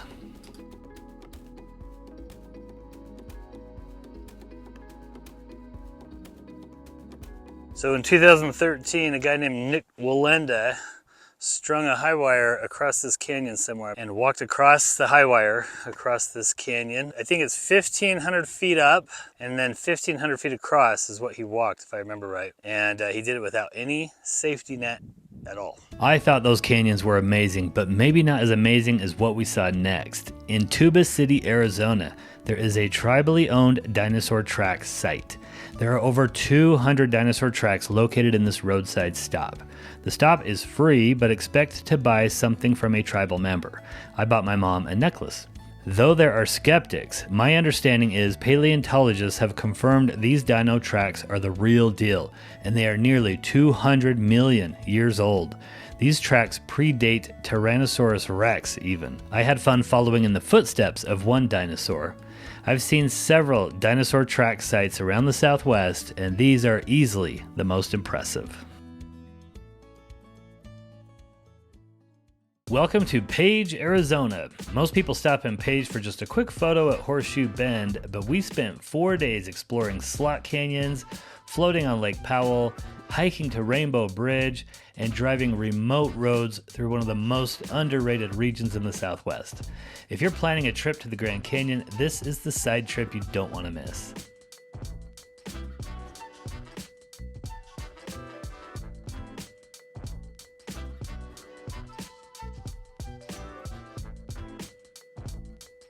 As you can see, just driving to Page provides incredible desert vistas and a fun man-made canyon to drive through.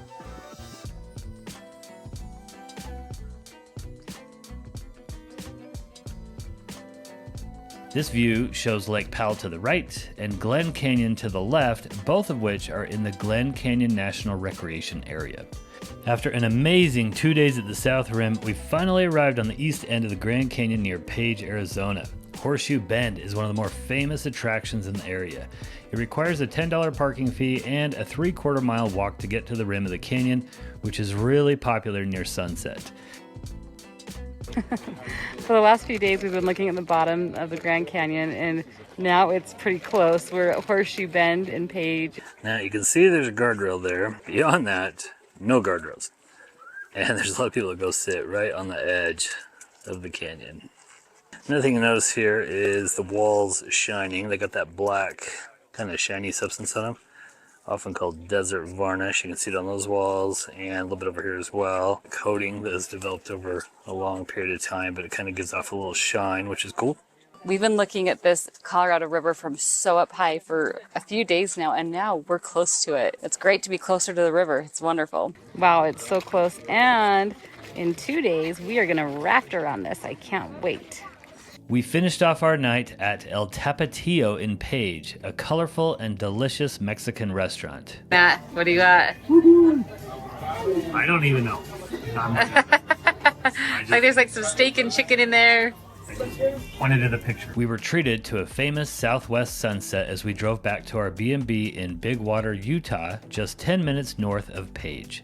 Tomorrow we're going out on Lake Powell, but first we have to show you where we spent 3 amazing nights. Our B&B is called Dream Catchers, and it was amazing. The owner, Eric, was the consummate host. He moved to Big Water over 20 years ago to escape the city life and start his dream of a bed and breakfast. His home is immaculate, and we could tell just how much thought went into every decoration throughout. The back porch provides some awesome desert views, and he has a hot tub on top of his garage for relaxing. We've got like an ice cream dish here, which is like the perfect start for starting your day in the desert. It's like a mango smoothie. Yeah, it's so good. This is so yummy. I'm feeling so spoiled. We did take plenty of time to enjoy the insanely good breakfast that he served. Each meal started with a smoothie bowl, followed by a main course. He rotates sweet and savory each morning. Today is day 6, and we are going to go on a boat tour on Lake Powell to see Rainbow Bridge. There are 2 marinas at Lake Powell near Page, Arizona. All tours for Rainbow Bridge depart from Lake Powell Resort's Waweep Marina. I bought my ticket online because I wasn't sure if Cheryl was going to be able to do this trip with me, but they did have a walk-up ticket for her. I definitely recommend purchasing in advance, however. There was a little bit of a walk down to the dock due to the low lake levels. I'll talk more about the lake levels later, but know that if the lake is too low, tours won't run at all. Our tickets were about $160 each, and the tour will last about 7 hours in total. 2 hours to get there, 2 hours on land, and 2 hours back on the water with some wiggle room built in. This is the boat captain, Doug, who is from Utah and loved the lake life so much that he now gets to spend his working days on the boat. Seats are not assigned on the boat, so if you want to ensure a seat somewhere, such as a window or front row, arrive very early to be first in line.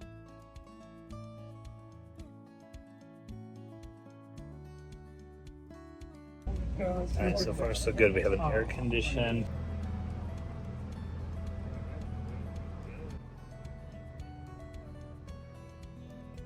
We're departing from Waweep Marina, riding through Antelope Point Marina, and we'll ride about 50 miles on the water to get to Rainbow Bridge. This is Antelope Point Marina, and it's a no-wake zone. This part of the ride feels kind of tedious, but there are 2 advantages. First, we get to ride up on top of the boat. We're here in April, and the weather is insanely nice. Our boat is a little smaller than the other boats, and my understanding is that on some of the other boats you can ride up top for most of the ride, but on ours, whenever we were going fast, we had to move down to the lower level. The other cool thing about riding through this area is that we get to see several monster houseboats. Lake Powell is famous for its houseboats, some of which are worth millions of dollars. Just getting them to the lake is a Herculean task that can cost a fortune. If buying a houseboat is out of your price range, don't worry. You can rent one of these bad boys. The cost depends on the size, of course, but a budget rental might run around $2,500 for a week, plus extra for gas and fees. This is called the Floating Restaurant, and I want you to remember it because we are going to eat dinner here after our boat tour. Now that we're through the no wake zone, it is time to get moving.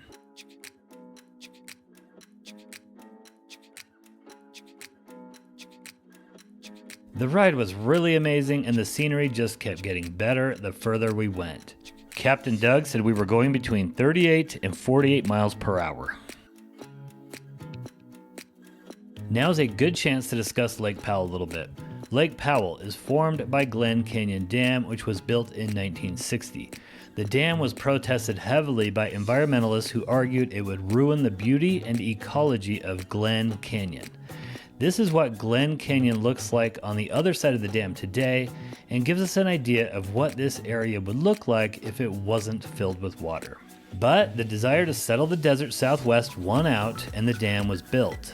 The upshot is that Lake Powell has its own beauty and attracts millions of recreation enthusiasts each year. It also makes accessing Rainbow Bridge much more possible. Prior to the lake being here, you'd have to hike 14 miles to reach the National Monument.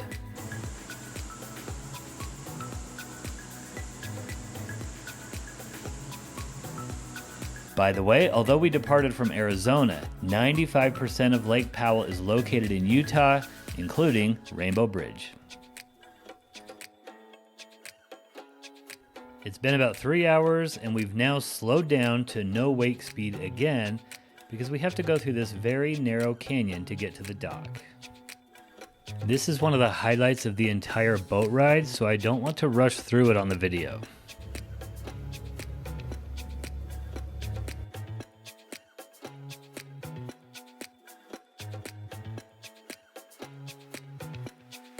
We spent much of the ride on the lake sitting on the back of the boat enjoying the wind and the views. But now that we're going slow again, we can sit out on the front or go up on top if we want.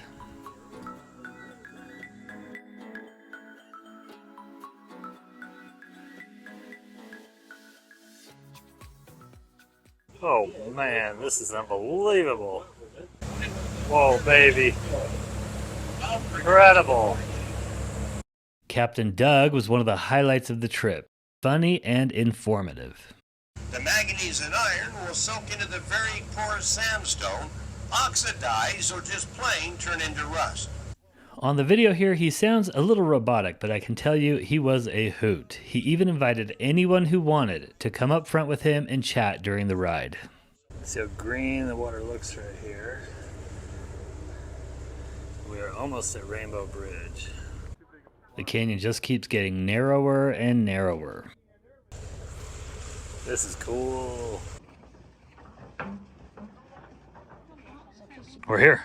We've got an hour and 45 minutes to explore Rainbow Bridge. And this area is so tricky because we're between the Utah and Arizona border, which are in different time zones, and our phones keep switching between the two time zones. So we're just setting our timer so we know when to come back, not looking at our clock. Yeah, we left in Arizona and then crossed into Utah. It's April, which means it's not the surface of the sun. It's pretty hot. It's toasty right now, so we're already getting a little sunburned on this trip, so we need to lather up.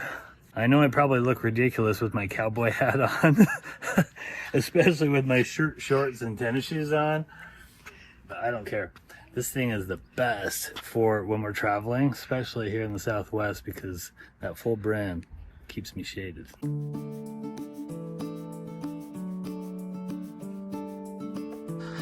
This is a really amazing canyon going up into here.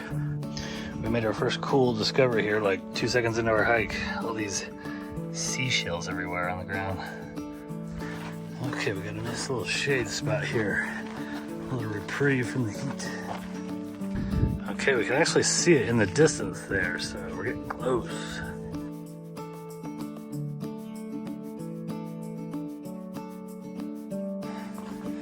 Okay, the pathway is lined with some vegetation here.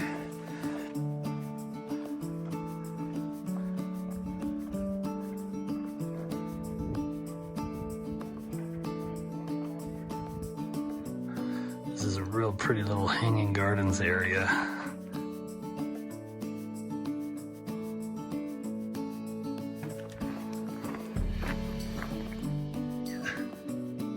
Come on, little lizard. Oh, holy cow. I just love the desert so much. Do you love the desert? I do love the desert. It's so hot though. I can't believe it's only April. It's probably only like 85 degrees out here. We're coming out of the winter. We're not acclimated yet. Oh my gosh, look at this. It's amazing. You got mountains in the background with snow on them. That was about 10,000 feet. Oh baby, there it is. What an amazing arch.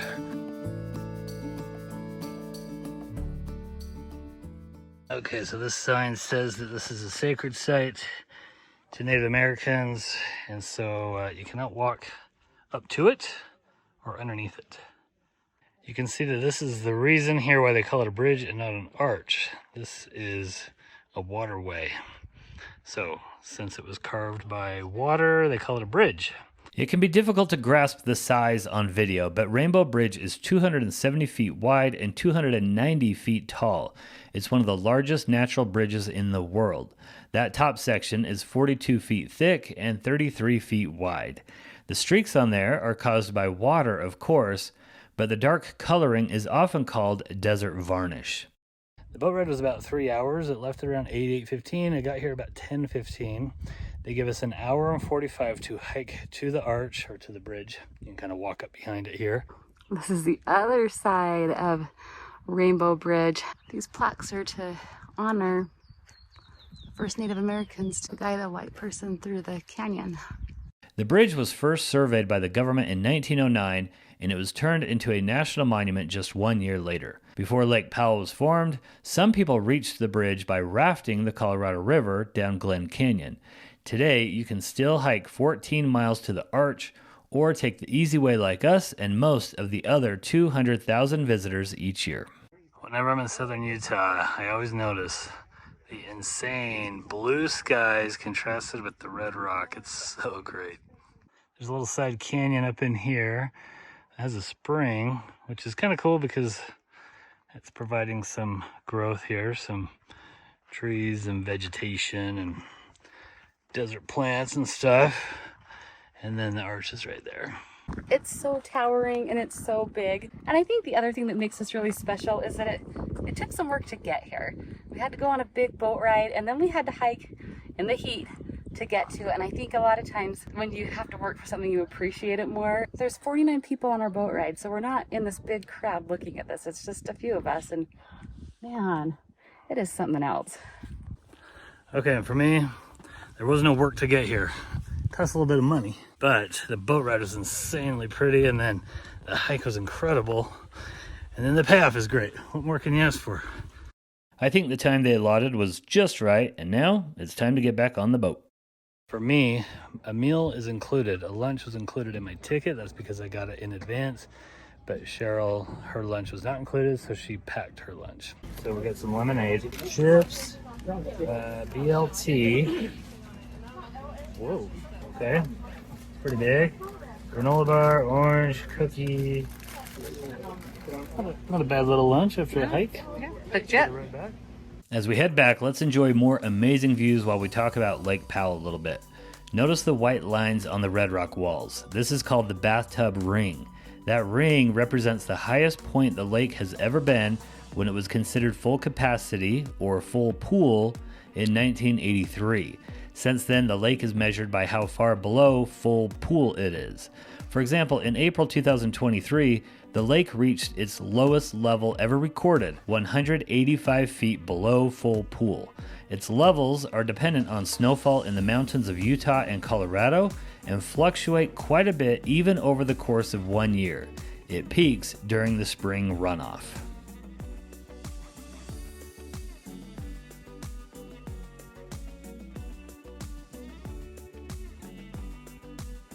Well, we see the houseboats again, which means we've arrived back at the marina. For dinner, we ate at the floating restaurant that we saw earlier. Because the lake is so low, they are driving us from the parking lot to the restaurant in a golf cart. They even had to blast a cart path through the sandstone to reach the marina because the lake is so low. The ride was really fun and actually part of the reason to eat here. Okay, so this is that Antelope Point marina that we saw earlier on the Rainbow Bridge tour. This is a restaurant called the Floating Restaurant. The lake levels are so low, they now need to drive you down here to the bottom. Okay, so they have an indoor portion here, and then you can also sit outdoors, which is where we're sitting. Okay, beautiful restaurant right down here on the water. Okay, Cheryl's taking pictures of our food because we're YouTubers and stuff, which is not our favorite part of it. But we do have some delicious looking stuff here. The Southwest corn chowder and pita bread and fish tacos. Can we get something else? Tater tots. We couldn't feel the restaurant floating or moving at all, but we enjoyed seeing the boaters and the houseboats float by. I love it. Yeah. It's great. Your fish tacos are okay. My clam chowder, Southwest chowder, is really, really good. I love it. I've ordered that. Matt's just taking my food. That's right. Okay, Cheryl was right. The fish tacos are okay. We did get our tater tots, and these are super crispy and incredibly good. Another amazing sunset as we drive back to our B&B in Bigwater. We just woke up and Eric has another yummy smoothie bowl for us, and just hanging out here is so nice. I've sat on the deck last night. He's got like these really pretty lights and there's stars, and when we wake up there's like ambience music. What is today? Today is day 7. Day 7. And today we finally get to go on the Colorado River. So yesterday we rode on Lake Powell. Today we're going rafting around Horseshoe Bend. There's one company for motorized raft trips, and that's Wilderness River Adventures.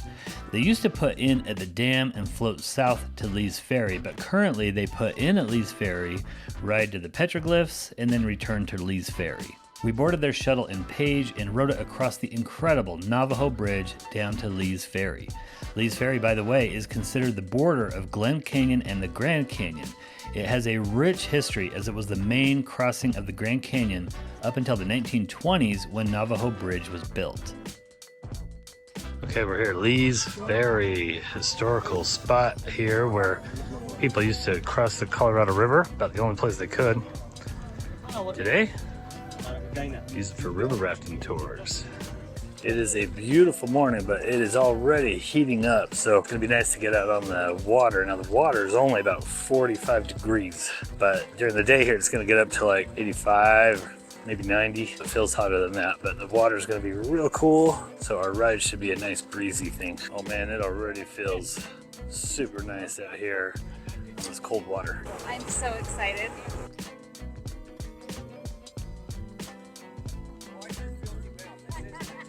The reason why the water's so cold is because it comes from the bottom of Lake Powell through the dam.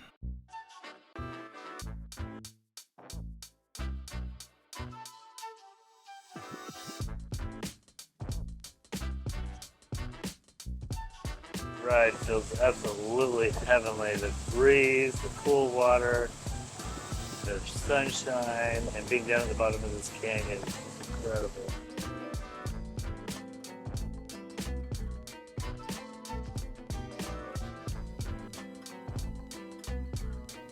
The walls get taller the further we go into the canyon.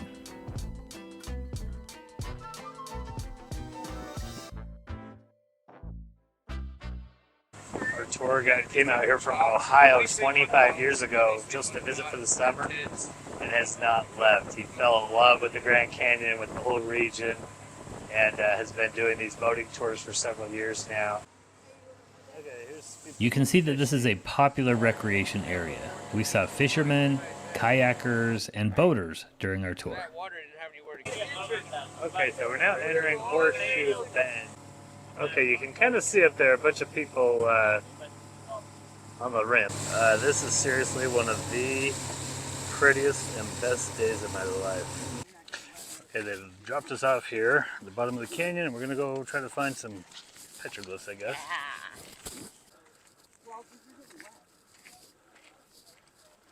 It is really hot down here once you get off of that water. Yeah, we love the spring desert flowers.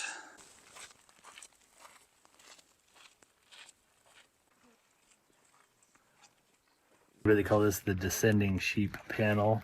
You've got 6 sheep kind of going down here and a few other characters. You've seen a lot better petroglyphs around, but anytime you see them, it's kind of cool because you know that they lived here anciently. That's the sky is the father, horizontal lines are the mother. That water is so cold. It's like 45 degrees. Yeah. On our way back, I'd like to share a few fun facts about the canyon with you. This canyon got its name from John Wesley Powell. While he was rafting through here with his 10 other men, they noticed that there were several narrow side canyons, also called glens. So they named this Glen Canyon. They named several other formations as well, including this pointy formation called the Finger. I'll let you decide which finger it is. Up there on that hill, this is a wild horse. They have some wild horses that frequent this canyon. I mentioned that building the dam was fairly controversial. Environmental groups protested it to no avail. One of the protesters was a man named Edward Abbey, who was a park ranger at Arches National Park. Abbey became a voice for the environmental movement. When I returned from this trip, I happened to watch a video of Abbey in which he told people to float on Lake Powell one day, then raft around Horseshoe Bend the next day to get a comparison for Glen Canyon before and after the dam. Abbey said this portion is the more scenic of the two. I was kind of amazed that I had actually just done what Abbey said, and I have to say I agree with him. From the 2 tours that I've shown you, I'd love to hear your input in the comments.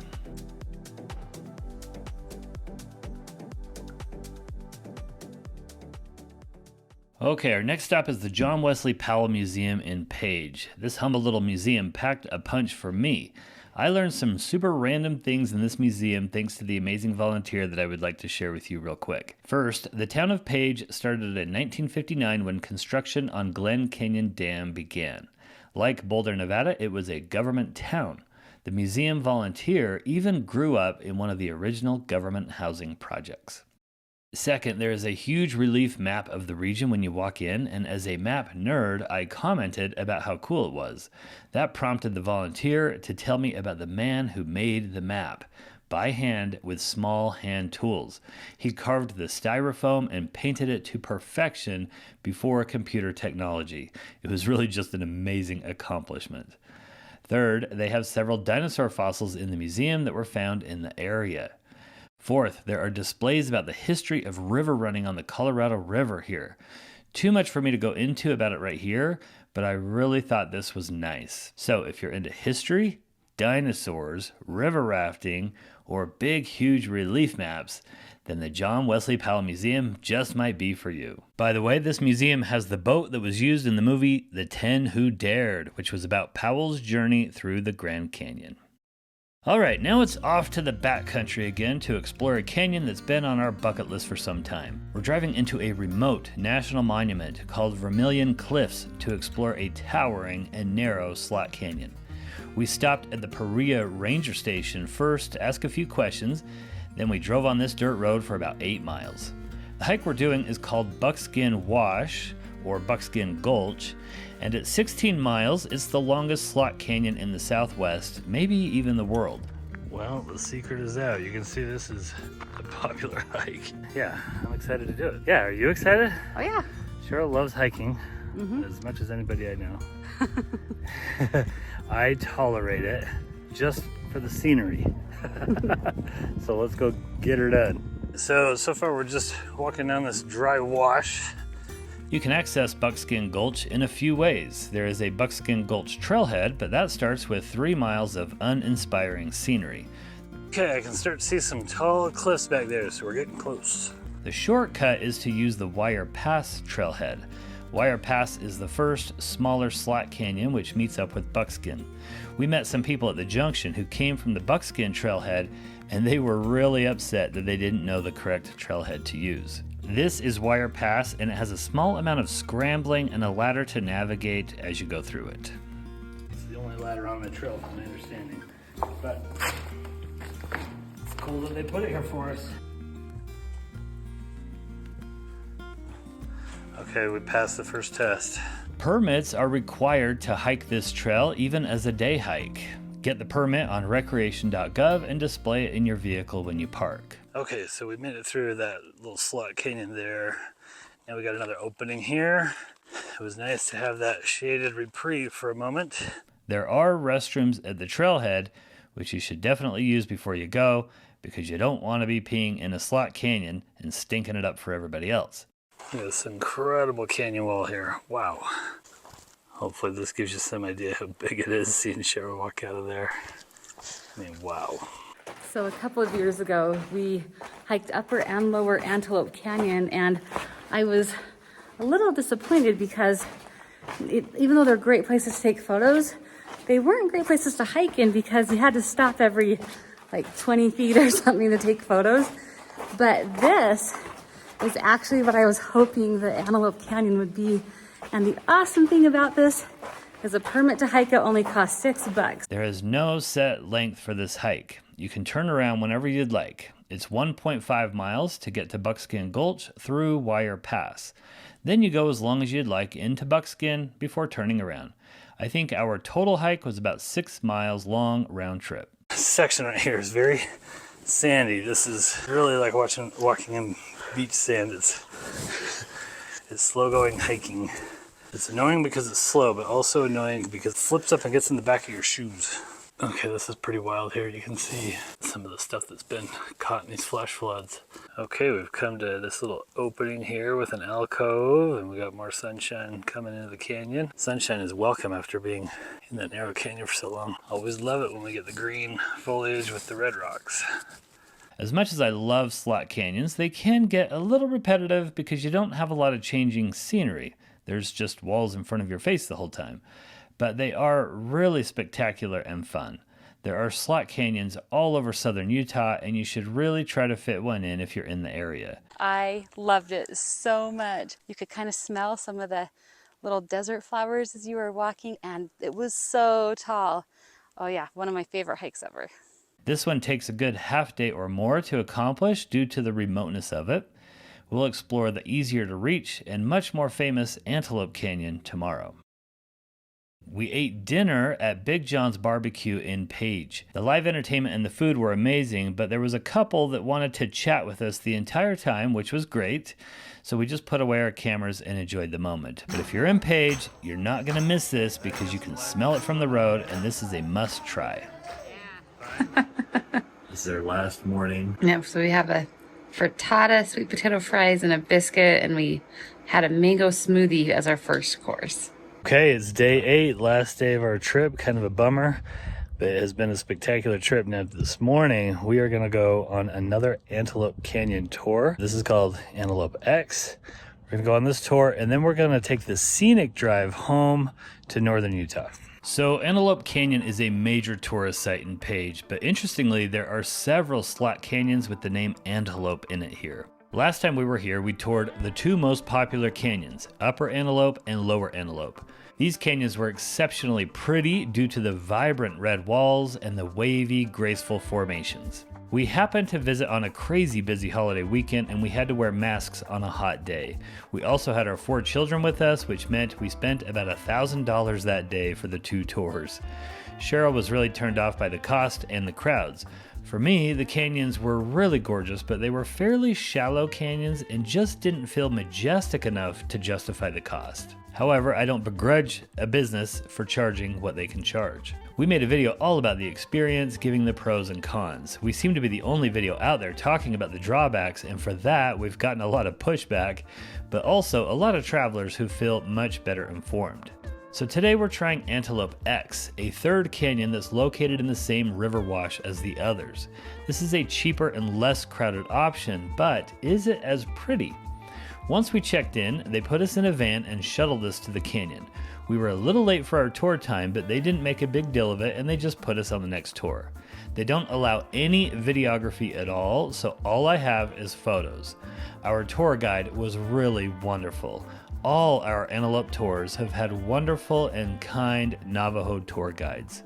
It's important to know that all 3 of the canyons we toured are not accessible. This had a nice little hill to walk down to get into the canyon. Antelope X only takes small groups to the canyon, and the relative peace and quiet was really noticeable to us. I don't think Antelope X was quite as vibrant as the others, nor were the walls quite as graceful. They were wavy, but they had more jagged edges than the other canyons. This is only a small quibble, and remember that I've done all three so I can compare them, but if this was the only one I had done, I wouldn't know any better, and I think that for most people, Antelope X will provide the stunning views with fewer crowds and a cheaper price tag than the others. But if the best photography is important to you, you might want to try upper or lower. My favorite of the three was Upper Antelope because it was taller and felt the most majestic. It also had a very fun four-wheeling ride just to get there. But Cheryl and the kids liked Lower Antelope because it had more scrambling and was more vibrant because it let in more light. There isn't a wrong choice, just know your options. If you want all the details, see the article we wrote about all the canyons. We'll put the link in the description. Well, now that we earned our master's degree in slot canyonology, let's go for a scenic drive. We're driving to our home in northern Utah. To get there, we're crossing through a vast stretch of land called the Grand Staircase Escalante National Monument. If you're visiting this area and you're moving between Page and Bryce Canyon National Park, consider driving this off the beaten path road. It's called Cottonwood Canyon Road. It starts out incredibly desolate and brown, but it gets better and better. The road provides access to several hiking trails and interesting formations throughout. I take a lot of these shots by holding our phone out the sunroof on our vehicle, so I think the lens got a little dusty on some of them. The whole drive took us about 2 hours, and I only regret that we didn't have the time to do a hike or two.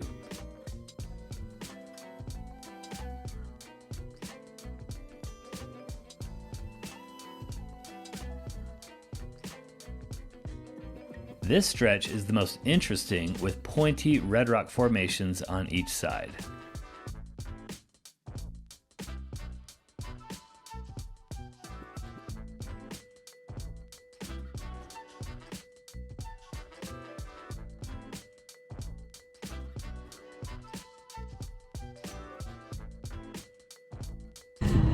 Matt's driving with one hand like out the sunroof, one hand on the wheel, and we're going up this super steep dirt hill.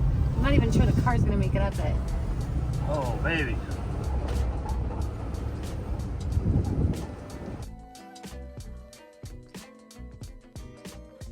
Further north, we stopped at Grosvenor Arch, a towering formation with an unusual yellowing tint.